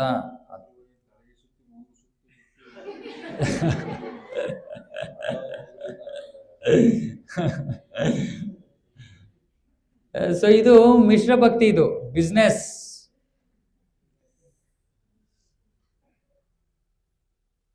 ಇದು ಭಗವಂತನಿಗೆ ಅಷ್ಟು ಸಂತೋಷವನ್ನು ನೀಡೋದಿಲ್ಲ. ಈ ಬಿಸ್ನೆಸ್ ಕೃಷ್ಣನಿಗೆ ಅಷ್ಟೊಂದು ಸಂತೋಷವನ್ನು ನೀಡಲ್ಲ. ನೆಟ್ಟನ್ ಬಂದ ನೋಡಪ್ಪ, ಹೋದ ವರ್ಷನೂ ಬಂದಿದ್ದ, ತಿರ್ಗಾ ಕೇಳ್ತಾ ನೀನು, ಸರಿ ಕೇಳಪ್ಪ, ಹೋಗ್ಲಿ ಮತ್ತೆ ಬಂದೇ ಅಲ್ಲ, ಇನ್ನೊಂದ್ಸತಿ ಆದ್ರು ಸರಿ ತಗೋ. ತಿರ್ಗಾ ಬರ್ತಾನೆ. ಯಾಕೆ? ಇವಾಗ ಕೊಟ್ಟರೆ ತಿರ್ಗಾ ಬರ್ತಾನಲ್ವಾ, ತಿರ್ಗಾ ಬರ್ತಾನೆ. ಹೀಗೆ ಕರ್ಸಿ ಕೊನೆಗೆ ಪರಿಶುದ್ಧ ಮಾಡ್ಬಿಡ್ತಾನೆ ಗೋವಿಂದ. ಆದ್ರೂ ನಮ್ಮ ಜನ ತುಂಬಾ ಸ್ಟ್ರಾಂಗು. ನೀನ್ ಎಸ್ಸತಿ ಕರ್ಸಿದ್ರು ನಾನು ನನ್ನ ಕೆಟ್ಟ ಅಭ್ಯಾಸ ಬಿಡಲ್ಲ ಅಂತ ಪ್ರತಿ ಸತಿ ಕೇಳ್ತೀನಿ ನಾನು ಹೋಗ್ಬಿಟ್ಟು. ಸೊ ಇದು ಮಿಶ್ರ ಭಕ್ತಿ. ಈ ಮಿಶ್ರ ಭಕ್ತಿಯಿಂದ ನಮಗೆ ಏನ್ ಸಿಗುತ್ತೆ? ನಮಗೆ ಸ್ವರ್ಗ ಸಿಗುತ್ತೆ, ಭಗವಂತ ಸಿಗಲ್ಲ, ಸ್ವರ್ಗ ಸಿಗುತ್ತೆ. ಶುದ್ಧ ಭಕ್ತಿ ಸೇವೆ ಎಷ್ಟು ಅದ್ಭುತವಾದದ್ದು ಅಂದ್ರೆ, ಶಾಸ್ತ್ರದಲ್ಲಿ ಹೇಳ್ತಾರೆ, ಈ ಶುದ್ಧ ಭಕ್ತಿ ಸೇವೆ ಏನು ಅಂದ್ರೆ ಕೃಷ್ಣನಿಗೆ ಈ ಭೌತಿಕ ಜಗತ್ತಿನಲ್ಲಿ ಕೃಷ್ಣ ಯಾವ ವಸ್ತುವಿನಿಂದಲೂ ಅವನು ಆಕರ್ಷಿತನಾಗಲ್ಲ ಅಲ್ವಾ. ಕೃಷ್ಣ ಏನಕ್ಕೆ ಆಕರ್ಷಿತನಾಗ್ಬೇಕಿಲ್ಲಿ? ಎಲ್ಲ ಅವನ ಸೃಷ್ಟಿನೇ ಅಲ್ವಾ. ಎಲ್ಲ ಅವನೇ ಸೃಷ್ಟಿ ಮಾಡೋದ್ರಿಂದ ಅವನಿದ್ರೆ ಈ ಜಗತ್ತಿನಲ್ಲಿ ಯಾವ ವಿಷಯದಿಂದ ಅವನು ಆಕರ್ಷಿತನಾಗಬೇಕು? ನಮಗೆ ಅಂದ್ರೆ ಎಷ್ಟೊಂದು ವಿಷಯಗಳಿದೆ ಆಕರ್ಷಿತ ಆಗೋದು, ಹೌದು. ಅವನು ಯಾವ್ದ್ರಿಂದ ಅವನಿಗೆ ಆಕರ್ಷಿತನಾಗಲ್ಲ ಅವನು ಭೌತಿಕ ಜಗತ್ತಿನಲ್ಲಿ. ಆದರೆ ಒಂದು ವಿಷಯ ಇದೆ, ಆದರೆ ಅದು ಭೌತಿಕ ಜಗತ್ತಿಗೆ ಸೇರದಲ್ಲ, ಆದರೆ ಭೌತಿಕ ಜಗತ್ತಿನಲ್ಲಿ ನೋಡ್ಬೋದು ಒಂದು ವಿಷಯ, ಅದನ್ನ ಶುದ್ಧ ಭಕ್ತಿ ಸೇವೆ ಅಂತ ಕರೀತಾರೆ. ಆ ಶುದ್ಧ ಭಕ್ತಿ ಸೇವೆ ಒಂದೇ ಕೃಷ್ಣನನ್ನ ಆಕರ್ಷಿಸೋದು. ಅದಕ್ಕೆ ಅದನ್ನ ಶ್ರೀಕೃಷ್ಣ ಆಕರ್ಷಿಣಿ ಅಂತ ಕರೀತಾರೆ. ಅದು ಕೃಷ್ಣನನ್ನ ಆಕರ್ಷಿಸುತ್ತೆ ಶುದ್ಧ ಭಕ್ತಿ ಸೇವೆ. ಯಾವ ರೀತಿ ಆಕರ್ಷಿಸುತ್ತೆ ಅಂದ್ರೆ, ಕೃಷ್ಣ ಭಗವದ್ಗೀತೆಯಲ್ಲಿ ಹೇಳ್ತಾನೆ, ಅನನ್ಯ ಚಿಂತೆಯಂತೋ ಮಾಯೇ ಜನಾ ಪರಿಪಾಸತೆ ತೇಷಾಂ ನಿತ್ಯಾಭಿಯುಕ್ತಾನಾಂ ಯೋಗಕ್ಷೇಮಂ ನಮೇ ಭಕ್ತ ಪ್ರಣಶ್ಯತಿ ಸರ್ವಧರ್ಮಾನ್ ಪರಿತ್ಯಜ ಮಾಂ. ಕೃಷ್ಣ ಒಂದಾದ್ಮೇಲೆ ಒಂದು ಅಂತಹ ಭಕ್ತರ ಕುರಿತಾಗಿ ಅವರ ಗುಣಗಾನ ಮಾಡ್ತಾ ಇದ್ದಾನೆ. ಅವರ ಜೀವನದಲ್ಲಿ ಎಲ್ಲವನ್ನು ನಾನು ನೋಡ್ಕೋತೀನಿ ಅಂತ ಆಶ್ವಾಸನೆ ಮತ್ತೆ ಮತ್ತೆ ನೀಡ್ತಾನೆ ಭಗವದ್ಗೀತೆಯಲ್ಲಿ. ಅಷ್ಟು ಅವನಿಗೆ ಆ ಭಕ್ತಿ ಅಂದ್ರೆ ಅಷ್ಟು ಇಷ್ಟ, ಅವನಿಗೆ ಅಷ್ಟು ಆಕರ್ಷಿತನಾಗ್ತಾನೆ.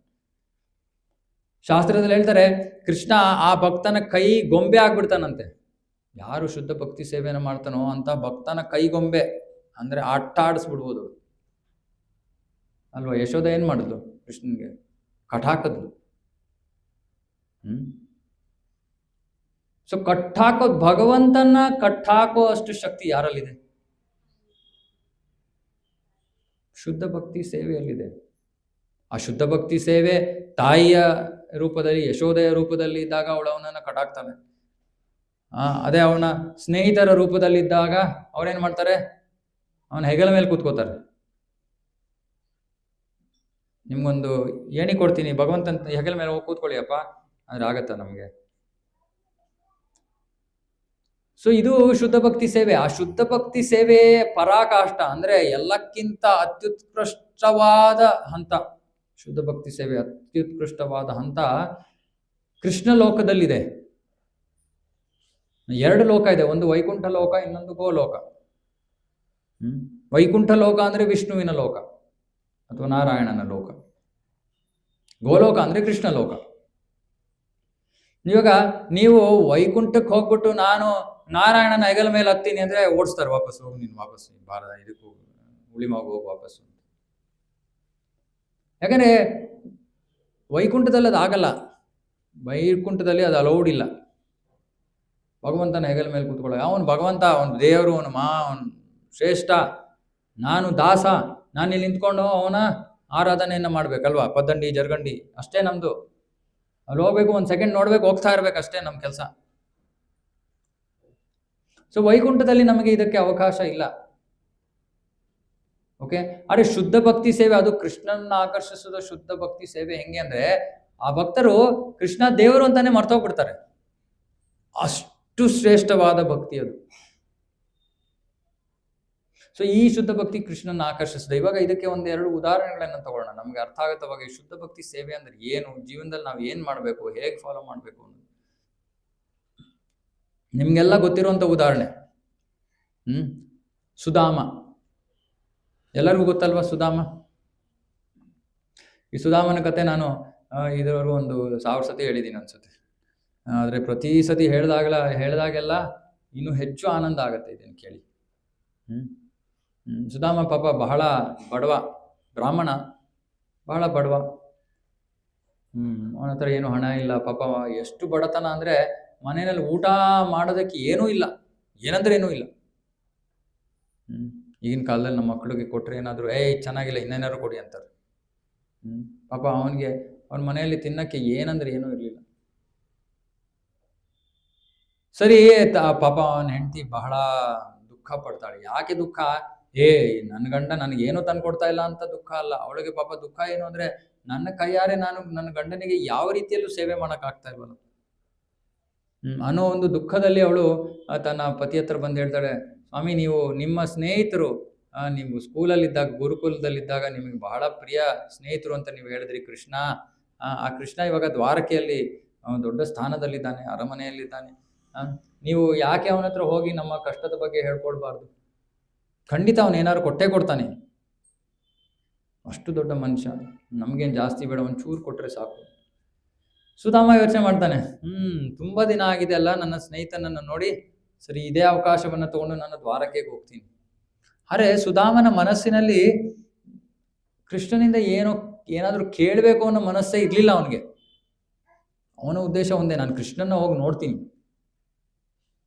ಅಂದ್ಬಿಟ್ಟು ಸರಿ. ಆಮೇಲೆ ಹೊರಡಕ್ ಮುಂಚೆ ಸುಧಾಮ ಕೇಳ್ತಾನೆ ಹೇಳ್ತೀನ, ಏನಮ್ಮ ಏನಾದ್ರು ಇದೆಯಾ, ತೊಗೊಂಡೋಗಿ ಕೊಡ್ಬೋದಾ ಗಿಫ್ಟ್? ನಾನು ಏನಾದ್ರು ಕೃಷ್ಣನಿಗೆ, ಇಲ್ಲಿಂದ ಹೋಗ್ತಾ ಇದ್ದೀನಲ್ಲ, ಬರೀ ಕೈನಲ್ಲಿ ಹೋಗೋಕೆ ಚೆನ್ನಾಗಿರುತ್ತಾ? ಸರಿ ಏನು ಮಾಡ್ತಾಳೆ ಪಾಪ, ಮನೇಲಿ ಏನೂ ಇಲ್ಲ. ಸೊ ಅಲ್ಲಿ ಇಲ್ಲಿ ಅಕ್ಕಪಕ್ಕದ ಮನೆಯವ್ರ ಹತ್ರ ಕೇಳ್ಕೊಂಡು ಒಂದು ಸ್ವಲ್ಪ ಅವಲಕ್ಕಿ ತಗೋತಾಳೆ, ಒಂದೆರಡು ಹಿಡಿ ಅವಲಕ್ಕಿ ಹಾಕೋದಕ್ಕೂ ಕೂಡ ಏನೂ ಇಲ್ಲ. ಏನು ಮಾಡ್ತಾರೆ ಪಾಪ, ಅವನ ಬಟ್ಟೆಯಲ್ಲೇ ಹರಿದಿರೋ ಬಟ್ಟೆ ಒಂದು ತುದಿಯಲ್ಲಿ ಆ ಅವಲಕ್ಕಿ ಹಾಕ್ಬಿಟ್ಟು ಕಟ್ಬಿಟ್ಟು ಬರ್ತಾನೆ ಸುಧಾಮ ಬರ್ತಾನೆ. ಕೃಷ್ಣ ಇಲ್ಲಿ ರುಕ್ಮಿಣಿ ಜೊತೆ ಕೂತಿದ್ದಾನೆ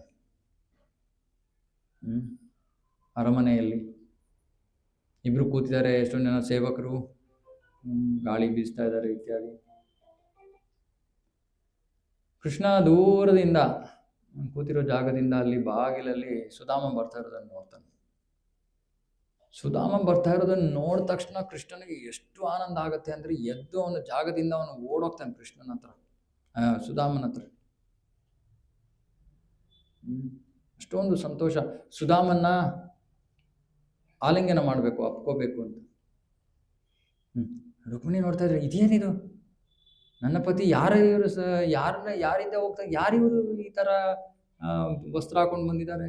ಎಲ್ಲ ಅರಮನೆಯಲ್ಲಿ ಇರೋರೆಲ್ಲ ಯೋಚನೆ ಮಾಡ್ತೀವಿ, ಯಾರಿವರು ಇಂಥವ್ರು? ಕೃಷ್ಣ ಅವ್ರ ಕಡೆ ಯಾಕೆ ಓಡ್ತಾ ಇದ್ದಾನೆ?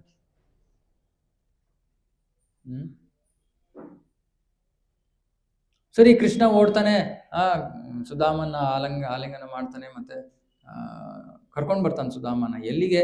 ಅವರು ಇಬ್ರು ಎಲ್ಲಿ ಕೂತಿದ್ರು, ಕೃಷ್ಣ ರುಕ್ಮಿಣಿ ಎಲ್ಲಿ ಕೂತಿದ್ರು ಆ ಜಾಗದಲ್ಲಿ ಅವನನ್ನ ಬಂದು ಕೂರಿಸ್ತಾನೆ. ಅಂದ್ರೆ ರುಕ್ಮಿಣಿ ಅವಾಗ ಹೇಳ್ಬೇಕು. ರುಕ್ಮಿಣಿ ಹೇಳ್ತಾಳೆ, ಎದ್ಬಿಟ್ಟು ಆ ಸೇವಕರ ಹತ್ರ ಇದ್ದಿದ್ದು ಚಾಮರ ತಗೊಂಡು ಸುಧಾಮನಿಗೆ ಗಾಳಿ ಬೀಸ್ತಾ ಇದ್ದಾಳೆ ರುಕ್ಮಿಣಿ. ಕೃಷ್ಣ ಏನ್ ಮಾಡ್ತಾನೆ, ಸುಧಾಮನ ಕಾಲನ್ನು ತೊಳಿತಾನೆ. ಬ್ರಾಹ್ಮಣ ಕಾಲನ್ನು ತೊಳೆಯೋದು ಶ್ರೇಷ್ಠ ಅಂತ ತೋರ್ಸೋದಕ್ಕೆ ಜಗತ್ತಿಗೆ ಕಾಲನ್ನು ತೊಳಿತಾನೆ. ಕಾಲು ತೊಳೆದಿದ್ದ ನೀರನ್ನ ತನ್ನ ತಲೆ ಮೇಲೆ ಪ್ರೋಕ್ಷಣೆ ಮಾಡ್ಕೋತಾನೆ. ಪ್ರೋಕ್ಷಣೆ ಮಾಡ್ಕೊಂಡು ಆಮೇಲೆ ಇಬ್ರು ಫ್ರೆಂಡ್ಸು ಇಬ್ರು ಚೆನ್ನಾಗೆ ಮಾತಾಡಕ್ ಶುರು ಮಾಡ್ತಾರೆ. ಗುರುಕುಲದಲ್ಲಿ ಹೀಗಾಯ್ತು ಹಾಗಾಯ್ತು ಇನ್ನೊಂದು ಮತ್ತೊಂದು, ಅವರು ಹಳೆ ಕಾಲದ ವಿಷಯಗಳನ್ನ ಮಾತಾಡ್ತಾ ಇದ್ದಾರೆ. ಸರಿ, ಸ್ವಲ್ಪ ಹೊತ್ತಾಗತ್ತೆ. ಕೃಷ್ಣನಿಗೆ ಗೊತ್ತು ಸುಧಾಮನ ಪರಿಸ್ಥಿತಿ, ಸುಧಾಮನ ಮನೋಭಾವ ಎಲ್ಲವೂ ಗೊತ್ತಿದೆ ಕೃಷ್ಣನಿಗೆ. ಕೃಷ್ಣ ಸುಧಾಮನ ಶ್ರೇಷ್ಠತೆಯನ್ನ ಎಲ್ಲ ಜಗತ್ತಿಗೆ ಸಾರೋದಕ್ಕೆ ಉದ್ದೇಶದಿಂದ ಅವನೇನ್ ಮಾಡ್ತಾನೆ, ಸುಧಾಮನ ಕೇಳ್ತಾನೆ, ಸುಧಾಮ ನೀನ್ ನನ್ನನ್ನು ನೋಡಕ್ಕೆ ಬಂದಿಲ್ಲ, ಏನೂ ತರ್ಲಿಲ್ವಾ ನೀನ್ ನನ್ಗೆ? ಸುಧಾಮನಿಗೆ ಪಾಪ ನಾಚಿಕೆ ಆಗ್ತದೆ. ಇಂತಹ ಇವನು ದೊಡ್ಡ ಮನುಷ್ಯ, ಇವನಿಗೆ ನಾನು ಏನು ಕೊಡ್ಲಿ? ಒಣಗಿರೋ ಅವಲಕ್ಕಿ, ಅದೇನು ಬೇಯಿಸಿರೋದಲ್ಲ, ಸುಮ್ಮನೆ ಅಂಗಡಿಯಿಂದ ಒಣಗಿರೋ ಅವಲಕ್ಕಿ, ಗಟ್ಟಿಯಾಗಿರೋ ಅವಲಕ್ಕಿ, ಇದನ್ನ ಏನು ಕೊಡ್ಲಿ ನಾನು ಕೃಷ್ಣನ್ಗೆ? ಕೃಷ್ಣ ನೋಡ್ತಾನೆ ಅಲ್ಲಿ ಕಟ್ಟಿರೋದೇ, ನೋಡಿ ಏನೋ ತಂದಿದ್ದೆ, ತೆಗಿ ಕೊಡು ನನಗೆ. ಸರಿ ಅಂದ್ಬಿಟ್ಟು ಪಾಪ ಸುಧಾಮ ತೆಗಿತಾನೆ, ಹರ್ಕಲ್ ಬಟ್ಟೆನಲ್ಲಿ ಏನೋ ಇಷ್ಟು ಅವಲಕ್ಕಿ ಇದೆ. ಕೃಷ್ಣ ಅದನ್ನ ನೋಡಿದ ತಕ್ಷಣ ಪೂರ್ತಿ ಒಂದು ಹಿಡಿ ತಗೊಂಡು ಬಾಯಿಗೆ ಹಾಕೋತಾನೆ. ಹಿಡಿ ತಗೊಂಡು ಬಾಯಿಗೆ ಹಾಕೊಂಡು ಹೇಳ್ತಾನೆ, ಸುಧಾಮ ಎಂಥ ರುಚಿಕರವಾದ ಅವಲಕ್ಕಿಯನ್ನ ತಂದಿದ್ಯಪ್ಪ ನೀನು, ಇದಕ್ಕಿಂತ ರುಚಿಕರವಾದ ಅವಲಕ್ಕಿಯನ್ನ ನಾನು ತಿಂದೇ ಇಲ್ಲ ಎಲ್ಲೂ. ತೃಪ್ತಿ ಆಗ್ಲಿಲ್ಲ ಕೃಷ್ಣನಿಗೆ, ಇನ್ನೊಂದು ಸತಿ ಕೈ ಹಾಕ್ತಾ ಇದ್ದಾನೆ ಆ ಅವಲಕ್ಕಿಗೆ. ರುಕ್ಮಿಣಿ ಹೇಳ್ತಾಳೆ, ಸ್ವಾಮಿ ಸಾಕು ಸಾಕು ಸಾಕು, ಇನ್ನೂ ಜಾಸ್ತಿ ತಗೋಬೇಡಿ ನೀವು, ಸಾಕು. ಸರಿ, ಕೃಷ್ಣ ಸುಮ್ಮನಾಗ್ತಾನೆ. ಸರಿ ಆಯ್ತು, ಎಷ್ಟೋ ವರ್ಷಗಳಾದ್ಮೇಲೆ ಭೇಟಿ ಮಾಡಿರೋದು. ಇಬ್ರು ಸ್ನೇಹಿತರು ರಾತ್ರಿ ಉದ್ದಕ್ಕೂ ಕೂತ್ಕೊಂಡು ಬೇರೆ ಬೇರೆ ವಿಷಯಗಳ ಬಗ್ಗೆ ಮಾತಾಡ್ತಾರೆ. ಬೆಳಗ್ಗೆ ಸಮಯ ಆಗತ್ತೆ, ಬೆಳಗ್ಗೆ ಆಗತ್ತೆ. ಆಮೇಲೆ ಸುಧಾಮ, ಕೃಷ್ಣ ಸರಿ ನಾನು ಹೋಗಿ ಬರ್ತೀನಿ, ನಾನು ಹೊರಡ್ತೀನಿ. ಕೃಷ್ಣ ಹೇಳ್ತಾನೆ, ಆಯ್ತು ಹೋಗ್ಬಾ. ಸೊ ಸುಧಾಮ ಇದ್ರವರೆಗೂ ಏನ್ ಮಾಡಿದಾನೆ, ತಾನು ಯಾತಕ್ಕೆ ಬಂದಿದ್ದ ಅನ್ನೋ ವಿಷಯವನ್ನ ಹೇಳಿಲ್ಲ. ಸರಿ, ಸುಧಾಮ ವಾಪಸ್ ನಡ್ಕೊಂಡು ಮನೆಗೆ ಹೋಗ್ತಾ ಇದ್ದಾನೆ. ಮನಸ್ಸಿನಲ್ಲಿ ಯೋಚನೆ ಮಾಡ್ತಾ ಇದ್ದಾನೆ, ಓ ಎಷ್ಟು ಚೆನ್ನಾಗಿತ್ತಲ್ಲ ಕೃಷ್ಣನ ಜೊತೆ ಇದ್ದಿದ್ದು. ಅವನ ಮನಸ್ಸಿನಲ್ಲಿ ಯೋಚನೆ ಬರಲಿಲ್ಲ, ಅಯ್ಯೋ ಅವಕಾಶ ಇತ್ತು, ಕೇಳ್ಬಿಡ್ಬೋದಾಯ್ತಲ್ವಾ. ಇಲ್ಲೊಂದು ಚಾನ್ಸ್ ಇತ್ತು, ಅಲ್ಲೊಂದು ಚಾನ್ಸ್ ಇತ್ತು, ಇನ್ನೊಂದು ಕಡೆ ಒಂದು ಚಾನ್ಸ್ ಇತ್ತು. ಇಲ್ಲ, ಅವನೇನು ಯೋಚನೆ ಮಾಡ್ತಿಲ್ಲ, ಸಂತೋಷದಲ್ಲಿದ್ದಾನೆ. ಕೃಷ್ಣನ ನಾನು ಭೇಟಿ ಮಾಡಿದೆ, ಕೃಷ್ಣನ ಹತ್ರ ಮಾತಾಡಿದೆ, ಇದಕ್ಕಿಂತ ಇನ್ನೇನು ಬೇಕಾಗಿದೆ ನನಗೆ ಅಂದ್ಬಿಟ್ಟು ಸರಿ ಮನೆಗೆ ಹೋಗ್ತಾ ಇದ್ದಾನೆ. ಆಗಿನ ಕಾಲದಲ್ಲಿ ಈ 10th main, 8th main, 6th cross ಇದೆಲ್ಲ ಏನಿರಲಿಲ್ಲ ಅಲ್ವಾ. ಸುಮ್ಮನೆ ನಡ್ಕೊಂಡು ಅವನ ಮನೆ ದಿಕ್ಕಿನಲ್ಲಿ ನಡ್ಕೊಂಡು ಹೋಗ್ತಾ ಇದ್ದಾನೆ. ಅವನು ಗೊತ್ತು ಯಾವ ದಿಕ್ಕಿನಲ್ಲಿ ಹೋಗ್ಬೇಕು ಅಂತ ನಡ್ಕೊಂಡು ಹೋಗ್ತಾ ಇದ್ದಾನೆ. ನಡ್ಕೊಂಡು ಹೋಗ್ತಾನೆ. ಅವನು ಒಂದು ದಿನದ ಹಿಂದೆ ಅವನು ತನ್ನ ಹಳ್ಳಿಯಿಂದ ಬಂದ. ಸೊ ಅವನು ಗುಡಿಸ್ಲು ಎಲ್ಲಿತ್ತೋ, ಅವನ ಮನೆ ಎಲ್ಲಿತ್ತೋ ಆ ಜಾಗಕ್ಕೆ ಹೋದ. ಅವನು ನೋಡಿದ್ರೆ ಗುಡಿಸ್ಲಿಲ್ಲ. ಆಶ್ಚರ್ಯ, ಇದೇನಿದು, ಬೇರೆ ಕಡೆ ಬಂದ್ಬಿಟ್ನ ನಾನು? ಇಲ್ಲ ಈ ಕಡೆ ಆ ಕಡೆ ನೋಡ್ತಾನೆ, ಇಲ್ಲ ಅದೇ ಜಾಗ ಇದ್ದಂಗೆ ಇದೆಯಲ್ಲ, ಆದ್ರೆ ಈ ಮನೆ ಎಲ್ಲಿಂದ ಬಂತು? ಸರಿ, ಹಿಂಗೆ ಯೋಚನೆ ಮಾಡ್ತಾ ಇರೋಳಗೆ ಅಷ್ಟೊತ್ತಿಗೆ ಆ ಮನೆ ಒಳಗಿಂದ ಎಷ್ಟೊಂದು ಜನ ಏನೇನೋ ಹೂವು, ಅದು ಇದು, ನೀರು, ಏನೇನೋ ತಗೊಂಡು ಅವನ್ನ ಸ್ವಾಗತ ಮಾಡೋದಕ್ಕೆ ವೆಲ್ಕಮ್ ಪಾರ್ಟಿ ಬರ್ತಾ ಇದೆ. ಸರಿ, ಆಮೇಲೆ ಯಾರೋ ಒಬ್ಳು ತುಂಬಾ ಚೆನ್ನಾಗಿ ಅಲಂಕಾರ ಮಾಡ್ಕೊಂಡಿರೋ ಒಬ್ಳು ಸ್ತ್ರೀ ಕೂಡ ಬರ್ತಾ ಇದ್ದಾಳೆ ಇವ್ರ ಕಡೆ. ಪಾಪ ಸುಧಾಮನಿಗೆ ಸ್ವಲ್ಪ ಶಾಕ್ ಆಗ್ಬಿಡಿದೆ. ಇದು ಯಾರಪ್ಪ ಇವರು, ಮಾತಾಜಿ ನನ್ನ ಹತ್ರ ಬರ್ತಾ ಇದ್ದಾರೆ ಅಂತ. ಆಮೇಲೆ ಹತ್ರ ಬಂದಾಗ ನೋಡ್ತಾರೆ, ಅಯ್ಯೋ ಇವ್ಳು ನನ್ನ ಪತ್ನಿ, ಏನಾಯ್ತಿವೆಲ್ಲ. ಆಗ ಸುಧಾಮನಿಗೆ ಗೊತ್ತಾಗುತ್ತೆ, ಇದೆಲ್ಲ ಕೃಷ್ಣನ ಪವಾಡ. ನಾನೇನು ಕೇಳಲೇ ಇಲ್ಲ ಕೃಷ್ಣನ. ಆದ್ರೆ ಕೃಷ್ಣನಿಗೆ ನಾವು ಏನೋ ಕೇಳೋ ಅವಶ್ಯಕತೆ ಇಲ್ಲ. ಯಾಕಂದ್ರೆ ಕೃಷ್ಣನಿಗೆ ನಮ್ಮ ಎಲ್ಲರ ಪರಿಸ್ಥಿತಿನೂ ಗೊತ್ತು, ನಮಗೆ ಏನು ಬೇಕು, ಏನು ಅವಶ್ಯಕವಾಗಿದೆ ಎಲ್ಲವೂ ಗೊತ್ತು, ನಮ್ಮ ದುರಾಸೆ ಅದು ಗೊತ್ತು, ಎಲ್ಲವೂ ಗೊತ್ತು ಕೃಷ್ಣನಿಗೆ.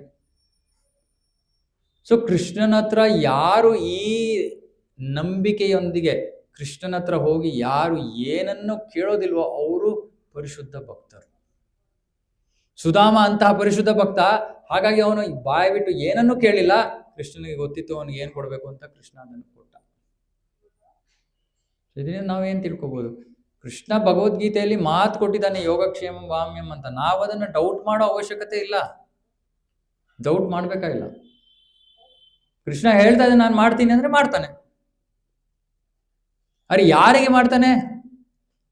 ಯಾರು ಅನನ್ಯ ಭಕ್ತಿಯಲ್ಲಿ ತೊಡಗಿದಾರ ಅವರು. ಅನನ್ಯ ಭಕ್ತಿ ಅಂದ್ರೆ ಅವ್ರು ಈ ಕಡೆ ಆ ಕಡೆ, ನಾ ಹೇಳ್ತಾ ಇರ್ತೀನಲ್ಲ, ಸೋಮವಾರ, ಮಂಗಳವಾರ, ಬುಧವಾರ ಇವರಲ್ಲ.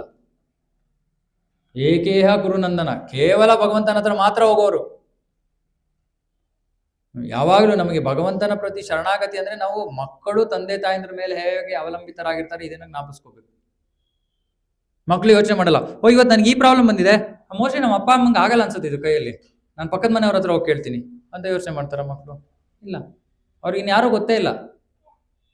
ಏನು ಸಮಸ್ಯೆ ಇದ್ರು ಅಪ್ಪ ಅಮ್ಮ ಅವ್ರ ತಲೆ ನಾವು ಅವ್ರೇನಾದ್ರು ಮಾಡ್ಕೊಳ್ಳಿ, ಹೌದಂತ.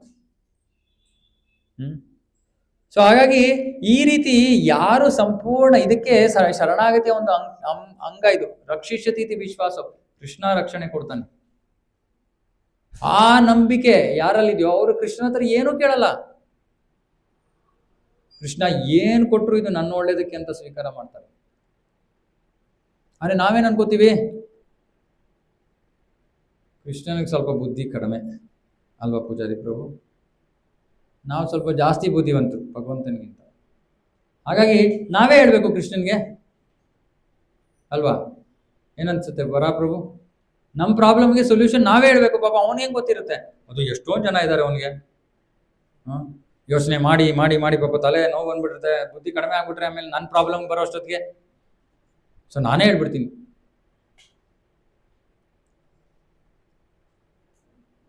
ಸೊ ಶುದ್ಧ ಭಕ್ತ ಈ ರೀತಿ ಯೋಚನೆ ಮಾಡಲ್ಲ, ಅವನಿಗೆ ಸಂಪೂರ್ಣ ನಂಬಿಕೆ ಇದೆ ಕೃಷ್ಣನಲ್ಲಿ. ಯಾಕಂದ್ರೆ ಕೃಷ್ಣನ ಸ್ಥಾನನೇ ಅಂತದ್ದು, ಕೃಷ್ಣನ ಸ್ಥಾನನೇ ಅಂತದ್ದು. ನಾವು ಅವನಲ್ಲಿ ನಂಬದೇ ಇರೋದಕ್ಕೆ ಕಾರಣನೇ ಇಲ್ಲ, ಹುಚ್ಚುತನ, ನಿಜವಾಗ್ಲೂ ಹುಚ್ಚುತನ. ಯಾಕಂದ್ರೆ ನಂಬದೇ ಇರೋದಕ್ಕೆ ಎರಡು ಕಾರಣ ಇರ್ಬೋದು. ಒಂದು, ವ್ಯಕ್ತಿ ನಮ್ಮನ್ನ ಸ್ವೀಕಾರ ಮಾಡಕ್ಕೆ ರೆಡಿ ಆಗಿಲ್ಲ ಒಂದು. ಎರಡನೇದು, ಅವನಲ್ಲಿ ಅಷ್ಟೊಂದು ಕೇಪಬಿಲಿಟಿನೇ ಇಲ್ಲ, ಸಾಮರ್ಥ್ಯನೇ ಇಲ್ಲ.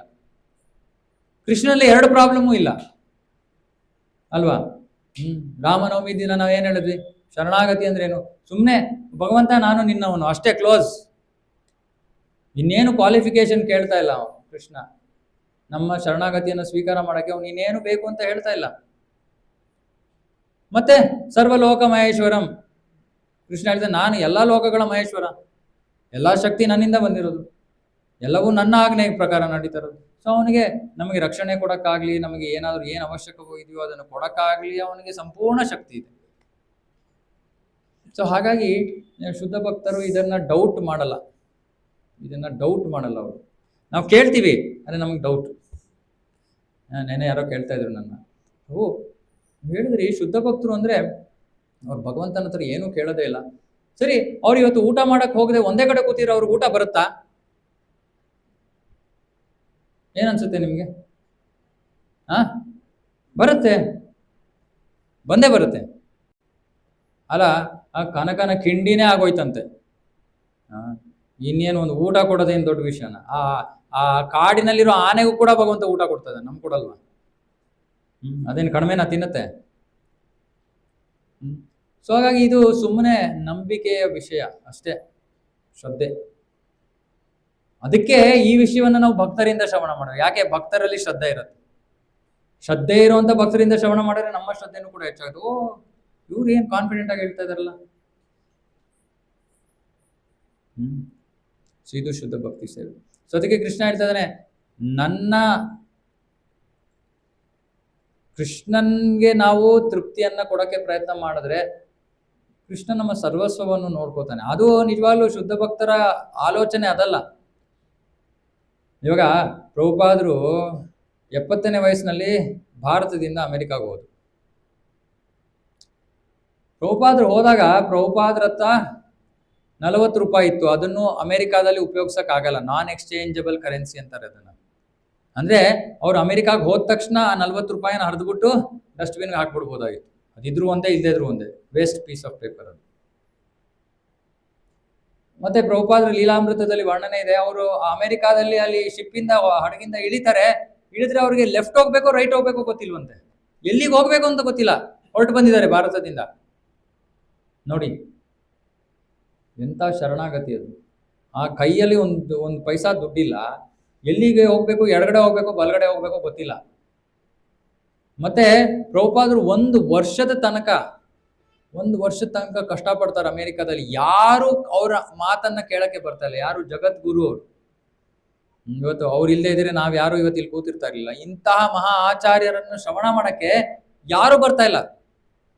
ಪ್ರಭುಪಾದರು ಪ್ರತಿದಿನ ಬರ್ತಾ ಇದ್ರಂತೆ ಇದಕ್ಕೆ, ಹಡಗು ಸ್ಟೇಷನ್ಗೆ ಬಂದು ಕೇಳ್ತಾ ಇದ್ರಂತೆ, ನೆಕ್ಸ್ಟ್ ಶಿಪ್ ಯಾವಾಗ ಹೋಗ್ತಾ ಇದೆ ಭಾರತಕ್ಕೆ. ಪ್ರತಿದಿನ ಬಂದು ಕೇಳೋರಂತೆ. ಒಂದ್ಸತಿ ಅಲ್ಲಿ ಟಿಕೆಟ್ ಕೊಡೋರು ಕೇಳಿದ್ರು, ಸ್ವಾಮೀಜಿ ನೀವು ಪ್ರತಿದಿನ ಬಂದು ಕೇಳ್ತಿರಲ್ಲ, ಆದ್ರೆ ಯಾವತ್ತೂ ಟಿಕೆಟೇ ತಗೊಂಡಿಲ್ವಲ್ಲ ನೀವು? ಅವ್ರು ಹೇಳ್ತಾರೆ, ಇಲ್ಲ ನನಗೆ ಈ ತರ ಸಮಸ್ಯೆ ಆಗ್ತಾ ಇದ್ರೆ ನನಗೆ ಅನ್ಸುತ್ತೆ, ನನಗೆ ಗ್ಯಾರಂಟಿ ಇದೆ, ನನ್ನ ಗುರು ಮಹಾರಾಜರು ನನ್ನ ಜೊತೆ ಇದ್ದಾರೆ, ಹಾಗಾಗಿ ಏನೋ ಒಂದು ಮಾಡ್ತಾರೆ ಅವರು. ಪ್ರಭುಪಾದರಿಗೆ ತಾವು ಮಾಡ್ತಾ ಇದ್ದಾರೆ ಅಂತ ಅನ್ನಿಸ್ಲಿಲ್ಲ, ನಮ್ಮ ಗುರು ಮಹಾರಾಜ್ ಏನೋ ಮಾಡ್ತಾರೆ. ಅಂತಹ ಆಚಾರ್ಯರಿಗೆ ನಾವು ಇವಾಗ ಹೆಮ್ಮೆ ಪಡ್ತೀವಿ, ನಾನೇ ಮಾಡಿದ್ದು.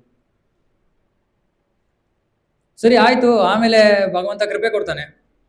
ಕೃಪೆ ಕೊಟ್ಟಾಗ ಏನಾಗುತ್ತೆ, ಜಗತ್ತಿನಾದ್ಯಂತ ಎಲ್ಲಾ ಕಡೆ ಇಸ್ಕಾನ್ ಕೇಂದ್ರಗಳು ಪ್ರಾರಂಭ ಆಗುತ್ತೆ, ಒಂದಾದ್ಮೇಲೆ ಒಂದು. ಅಮೆರಿಕಾದಲ್ಲಿ ಈ ಮೊಟ್ಟ ಮೊದಲಿಗಂತೂ ಪಾಪ ಈ ಭಕ್ತರಿಗೆ ಆಚಾರ್ಯರನ್ನ ಹೇಗೆ ಗೌರವಿಸ್ಬೇಕು ಏನು ಅಂತಾನೆ ಗೊತ್ತಿರ್ತಾ ಇರ್ಲಿಲ್ಲ. ಅವ್ರು ಏನ್ ಮಾಡ್ತಾ ಇದ್ರು, ಬಂದು ತಿನ್ಬಿಟ್ಟು ಹೊಟ್ಟೋಗ್ಬಿಡೋರು.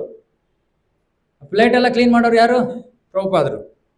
ಸೊ ಅವ್ರಿಗೆ ಏನು ಅಂದ್ರೆ ಏನು ಗೊತ್ತಿಲ್ಲ, ಸಂಸ್ಕೃತಿ ಇದೆಲ್ಲ ಏನು ಗೊತ್ತಿಲ್ಲ ಅವ್ರಿಗೆ. ಆಮೇಲೆ ಏನ್ ಮಾಡಿದ್ರು, ಈ ಹರೇ ಕೃಷ್ಣ ಮಹಾಮಂತ್ರ ಜಪ ಇದೆಲ್ಲ ಮಾಡಿ ಮಾಡಿ ಮಾಡಿ ಅವ್ರಿಗೆ ಆ ಭಗವಂತ ಅಂತರ್ಯಾಮಿಯಾಗಿ ಅವರಿಗೆ ಜ್ಞಾನವನ್ನ ಕೊಡ್ತಾನೆ.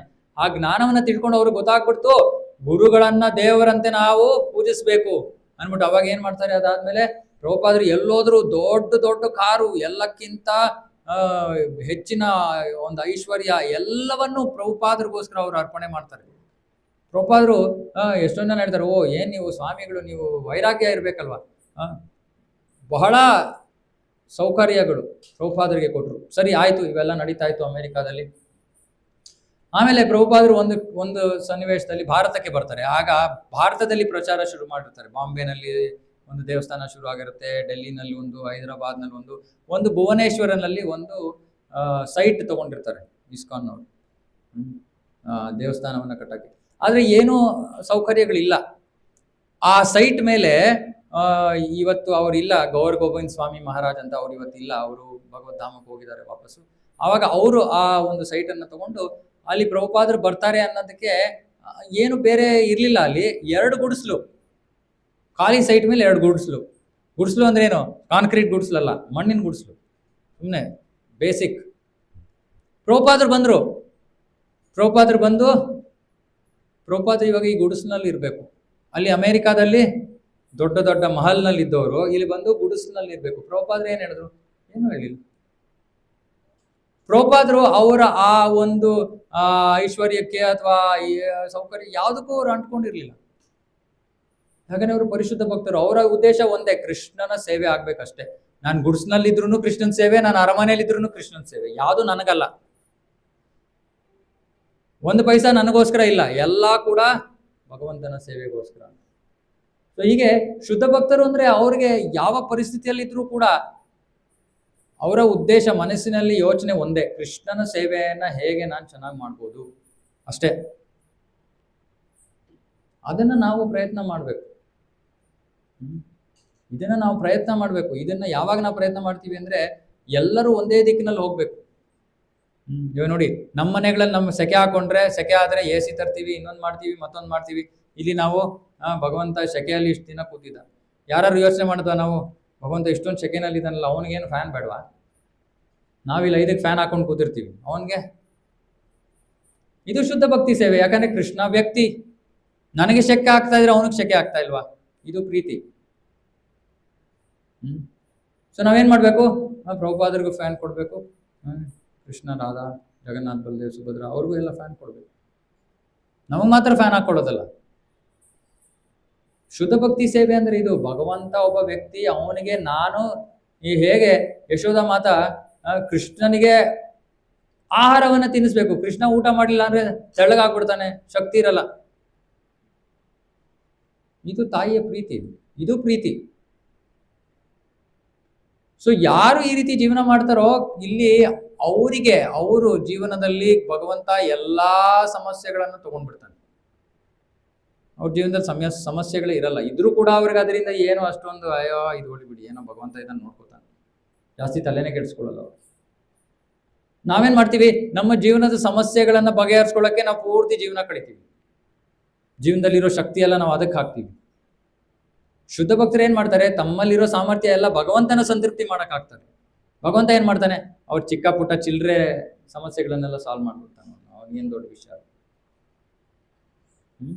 ಸೊ ಹಾಗಾಗಿ ಇದು ಅತ್ಯಂತ ಗೌಪ್ಯವಾದ ಜ್ಞಾನ. ಯಾಕಂದ್ರೆ ಎಷ್ಟೊಂದು ಜನ ಭಕ್ತಿಗೆ ಬರ್ತಾರೆ, ಆದ್ರೆ ಶುದ್ಧ ಭಕ್ತಿ ಸೇವೆಗೆ ಬರಲ್ಲ. ಮಿಶ್ರ ಭಕ್ತಿಗೆ ಬಂದ್ಬಿಡ್ತಾರೆ. ಮಿಶ್ರ ಭಕ್ತಿಗೆ ಬಂದು ಅವ್ರು ಆಮೇಲೆ ಸ್ವರ್ಗಕ್ಕೆ ಹೋಗ್ತಾರೆ. ಆದ್ರೆ ಶುದ್ಧ ಭಕ್ತಿ ಸೇವೆ ಮಾಡೋರು ಎಲ್ಲಿಗೆ ಹೋಗ್ತಾರೆ? ಕೃಷ್ಣ ಲೋಕಕ್ಕೆ ಹೋಗ್ತಾರೆ. ಸೊ ಶುದ್ಧ ಭಕ್ತಿ ಸೇವೆ ಬಿಟ್ಟು ಬೇರೆ ಮಾರ್ಗನೇ ಇಲ್ಲ. ಇದು ಈ ಅಧ್ಯಾಯದ ಮುಖ್ಯ ವಿಷಯ. ಅದಕ್ಕೆ ಮುಂದಿನ ಶ್ಲೋಕದಲ್ಲಿ ಕೃಷ್ಣ ಹೇಳ್ತಾನೆ, ರಾಜವಿದ್ಯಾ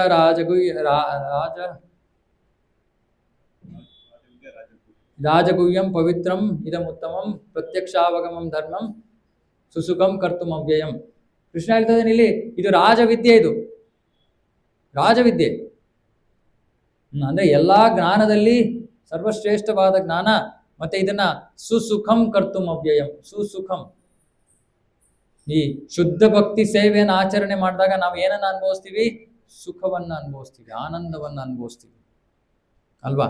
ಅಂದ್ರೆ ನಾವು ಸುಮ್ಮನೆ ಒಂದು ಫ್ಯಾನ್ ಇಟ್ಟು ಕೃಷ್ಣನಿಗೆ ಆನಂದ ಆಗ್ತಾ ಇದೆ ಅಂದ್ರೆ ನಮ್ಗೆ ಎಷ್ಟು ಆನಂದ ಅನಿಸ್ಬೇಕು. ಇದು ಶುದ್ಧ ಭಕ್ತಿ ಸೇವೆ. ಸೊ ನಾವು ಏನು ದೊಡ್ಡ ವಿಷಯ ಮಾಡ್ಬೇಕಾಗಿಲ್ಲ, ಜಸ್ಟ್ ಕೃಷ್ಣ ಅಲ್ಲಿದ್ದಾನೆ, ಕೃಷ್ಣನ ಸೇವೆಯನ್ನು ಮಾಡಬೇಕು ಹೇಗೆ ಅಂತ ಯೋಚನೆ ಮಾಡ್ತಾ ಇರ್ಬೇಕು. ನಮಗೆ ಅದಕ್ಕೆ ಒಂದ್ಸತಿ ತುಂಬಾ ನೋವಾಗತ್ತೆ, ದುಃಖ ಆಗತ್ತೆ. ಏನಾದ್ರೂ ಒಂದು ನಮ್ಮ ಮನೆಗಳಲ್ಲಿ ಏನಾದ್ರು ಕೊಳೆ ಆಗಿದ್ರೆ ನಾವು ಆ ಕೊಳೆಯನ್ನ ಕ್ಲೀನ್ ಮಾಡಕ್ ಪ್ರಯತ್ನ ಮಾಡ್ತೀವಿ. ಆದ್ರೆ ಇಲ್ಲಿ ದೇವರ ಸಂಬಂಧಿತವಾಗಿ ಏನಾದ್ರು ಕೊಳೆ ಇದ್ರೆ ನಾವು ಹಂಗೆ ಬಿಟ್ಬಿಡ್ತೀವಿ. ಬಿಡಬಾರ್ದು. ಇದನ್ನ ನೋಡ್ಬೇಕು, ನಾವು ಕಣ್ಬಿಟ್ಟು ನೋಡ್ಬೇಕು. ನನ್ನ ಮನೆಯಲ್ಲಿ ನಾನು ಅಷ್ಟು ಕ್ಲೀನಾಗಿ ಇಟ್ಕೊಳ್ತಾ ಇದ್ರು ಪರವಾಗಿಲ್ಲ, ಭಗವಂತನ ಮನೆಯನ್ನ ಕ್ಲೀನಾಗಿ ಇಡ್ಬೇಕು. ಸೊ ಈ ರೀತಿ ಯಾರು ಜೀವನವನ್ನ ಮಾಡ್ತಾರೋ ಅವರ ಜೀವನದಲ್ಲಿ ಭಗವಂತ ತಾನೇ ಆನಂದವನ್ನ, ಏನೇನು ಅವಶ್ಯಕ ಇದು ಎಲ್ಲವನ್ನ ಕೊಡ್ತಾನೆ. ಏನು ಯೋಚನೆ ಮಾಡ್ಬೇಕಲ್ಲ, ತಲೆನೇ ಕೆಡಿಸ್ಕೋಬೇಕು. ಓಕೆ, ಹಾಗಾಗಿ ಇದು ಎಲ್ಲಾ ವೇದಗಳ ಎಲ್ಲಾ ಜ್ಞಾನದ ಸಾರ. ಅದು ಇದನ್ನ ಮಾಡೋದು ಸುಲಭ, ಮಾಡೋದ್ರಿಂದ ವ್ಯಕ್ತಿ ನಿಜವಾದ ಆನಂದವನ್ನು ಸುಖವನ್ನು ಕೂಡ ಅನುಭವಿಸ್ತಾನೆ. ಓಕೆನಾ? ಸೊ ಶುದ್ಧ ಭಕ್ತಿ ಸೇವೆಯನ್ನು ಮಾಡಬೇಕು. ಕೃಷ್ಣನ ಜೊತೆ ಬಿಸ್ನೆಸ್ಸು ಮಾಡಬಾರ್ದು. ಓಕೆ, ಯಾಕಂದ್ರೆ ಏನಾದ್ರು ಪ್ರಶ್ನೆ ಇದೆಯಾ?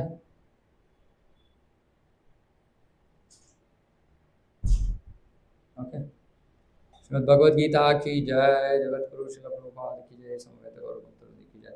ಸೊ ನಾನು ಹೇಳ್ದಂಗೆ ಪ್ರತಿದಿನ ಬೆಳಗ್ಗೆ 4:15 ಮಂಗಳಾರತಿ ನಡೀತಾ ಇದೆ ಇಲ್ಲಿ. ಹಾಗಾಗಿ ನಿಮಗೆ ದಯವಿಟ್ಟು ಬನ್ನಿ ಅಂತ ನಾನು ಕೇಳ್ಕೊತೀನಿ. ಯಾಕಂದರೆ ಅದು ಬಹಳ ನಿಮ್ಮ ಜೀವನವನ್ನು ಬದಲಾಯಿಸುವಂತಹ ಒಂದು ಅನುಭವ. ಭಗವಂತನ ವಿಶೇಷ ಕೃಪೆಗೆ ಪಾತ್ರರಾಗ್ತೀರಾ. ನಾನು ಬೆಳಗ್ಗೆ ಕ್ಲಾಸಲ್ಲಿ ಹೇಳ್ತಾ ಇದ್ದೆ, ದೇವರ ದರ್ಶನ ತೆರೆದ ತಕ್ಷಣ ಕೃಷ್ಣ ಜಗನ್ನಾಥ ನೋಡ್ತಾ ಇದ್ದಾರೆ, ಯಾರ್ಯಾರು ನನ್ನ ಭಕ್ತರು ಬಂದಿದ್ದಾರೆ ಇವತ್ತು, ನನ್ನನ್ನು ನೋಡೋಕ್ಕೆ ಎಷ್ಟು ಜನ ಭಕ್ತರು ಬಂದಿದ್ದಾರೆ ಅಂತ ಕೃಷ್ಣ ನೋಡ್ತಾನೆ. ಅವಾಗ ನಾವು ಇವಾಗ 5 ಜನ 6 ಜನ ಇದ್ದರೆ ಕೃಷ್ಣ ಒಬ್ರೊಬ್ರು ಗುರ್ತಿಟ್ಟಿರ್ತಾನೆ, ಓ ಇವರೆಲ್ಲ ನನ್ನ ಭಕ್ತರು. ಸೊ ಕೃಷ್ಣನ ಪರ್ಸನಲ್ ಡೈರಿಗೆ ಹೋಗೋಕ್ಕೆ ಇನ್ನೂ ಜಾಸ್ತಿ ದೊಡ್ಡ ಅವಕಾಶ. ಸೊ ಬೆಳಗ್ಗೆ ಮಂಗಳಾರತಿಗೆ ಬನ್ನಿ, ಪ್ರತಿದಿನ ಇದೆ. ಗ್ರೂಪಲ್ಲಿ ನಾವೇನು ಮೆಸೇಜ್ ಹಾಕ್ತಾ ಇಲ್ಲ, ಹಾಕ್ತೀವಿ. ಯಾಕಂದರೆ ಎಷ್ಟೊಂದು ಜನ ಪ್ರವಚನಗಳಿಗೂ ಬರ್ತಾ ಇಲ್ಲ. ಅವರು ಬೆಳಗ್ಗೆ ಒಂದಿಷ್ಟು ಜಪ ಮಾಡಿದ್ರು ಕೂಡ ನಮ್ಮ ಜೀವನ ಬೇಕಾದಷ್ಟು ಚೇಂಜ್ ಆಗಿಬಿಡುತ್ತೆ. ಇವತ್ತು ಮಧ್ಯಾಹ್ನ ಯಾರ ಹತ್ರನೂ ಮಾತಾಡ್ತಾ ಇದೆ, ಬಹಳ ಸಮಸ್ಯೆ, ತುಂಬ ಮಾನಸಿಕ ಒತ್ತಡ, ಜೀವನದಲ್ಲಿ ಒಂದು ದೊಡ್ಡ ಸಮಸ್ಯೆಗಳು. ಹೇಳಿದ ಅದಕ್ಕೆ ಪರಿಹಾರ ನಮ್ಮಲ್ಲಿಲ್ಲ, ಪರಿಹಾರ ಭಗವಂತನ ಹತ್ರ ಇದೆ. ಆದರೆ ನೀವು ಸುಮ್ಮನೆ ಅವನ ಭಕ್ತಿಯನ್ನು ಮಾಡಿ ಆಮೇಲೆ ಆ ಸಮಸ್ಯೆಯನ್ನು ಅವನ ಕಾಲಲ್ಲಿ ಪಾದ ಪದ್ಮಗಳಲ್ಲಿ ಬಿಟ್ಬಿಡಿ, ಅವ್ನು ನೋಡ್ಕೋತಾನೆ. ತಲೆ ಕೆಡ್ಸ್ಕೊಬಿಡಿ. ಯಾಕಂದರೆ ತಲೆ ಕೆಡ್ಸ್ಕೊಂಬಿಟ್ಟಿದ್ದಾರೆ. ತಲೆ ಕೆಡ್ಸ್ಕೊಂಡು ನಿದ್ದೆ ಇಲ್ಲ, ಇಂಥ ಪರಿಸ್ಥಿತಿಗೆ ಬಂದ್ಬಿಟ್ಟಿದ್ದಾರೆ. ನಾನು ಹೇಳಿದೆ ನೀವು ತಲೆ ಕೆಡ್ಸ್ಕೊಬೇಡಿ, ಅವನಿಗೆ ಬಿಟ್ಬಿಡಿ, ಅವ್ನು ನೋಡ್ಕೋತಾನೆ. ಸೊ ಹಾಗಾಗಿ ಹೀಗೆ ಜೀವನದಲ್ಲಿ ನಮಗೆ ಏನೇ ಸಮಸ್ಯೆ ಇದ್ರು ಸುಮ್ಮನೆ ನಾವು ಭಗವಂತನ ಭಕ್ತಿ ಸೇವೆಯನ್ನು ಮಾಡಬೇಕು. ಏನಿದೆಯೋ ಅವನ ಕೈನಿಗೆ ಬಿಟ್ಬಿಡ್ಬೇಕು, ಅವನು ಏನು ಮಾಡಬೇಕು ಮಾಡ್ತಾನೆ. ನಾವು ತಲೆಗೆಡ್ಸ್ಕೊಳ್ಳೋ ಅವಶ್ಯಕತೆ ಇಲ್ಲ. ಸೊ ಎಷ್ಟು ಭಕ್ತರಿಗಾಗುತ್ತೋ ಬನ್ನಿ. 5 ಕಾಲಿಂದ 7 ಕಾಲು ಜಪ ಇರುತ್ತೆ. ಒಂದು ನೀವು 4 ರೌಂಡ್ ಮಾಡ್ತಾ ಇದ್ದೀರಾ, ಎಷ್ಟು ಮಾಡ್ತಾ ಇದ್ದೀರೋ 8 ರೌಂಡ್ ಮಾಡ್ತಾ ಇದ್ದೀರಾ, ಭಕ್ತರ ಸಂಘದಲ್ಲಿ ಮಾಡಿ. ಆ ಜಪಕ್ಕೆ ಬಹಳ ಪ್ರಭಾವಕಾರಿಯ ಜಪ. ನಾವು ಮನೆಯಲ್ಲಿ ಕೂತ್ಕೊಂಡು ಇಲ್ಲಿ ಅಲ್ಲಿ ನೋಡಿಕೊಂಡು ಇದು ಮಾಡ್ಕೊಂಡು ಮಾಡೋದು, ಭಕ್ತರ ಸಂಘದಲ್ಲಿ ಭಕ್ತರ ಜೊತೆಗೆ ಜಪ ಮಾಡೋದು ಬಹಳ ಶ್ರೇಷ್ಠ. ಓಕೆ, ಹಾಗಾಗಿ ಎಲ್ಲರೂ ಬನ್ನಿ ಅಂತ ನಾನು ಕೇಳ್ಕೊಳ್ತಾ ಇವತ್ತಿನ ಪ್ರವಚನವನ್ನು ಮುಗಿಸ್ತೀನಿ. ಹರೇ ಕೃಷ್ಣ.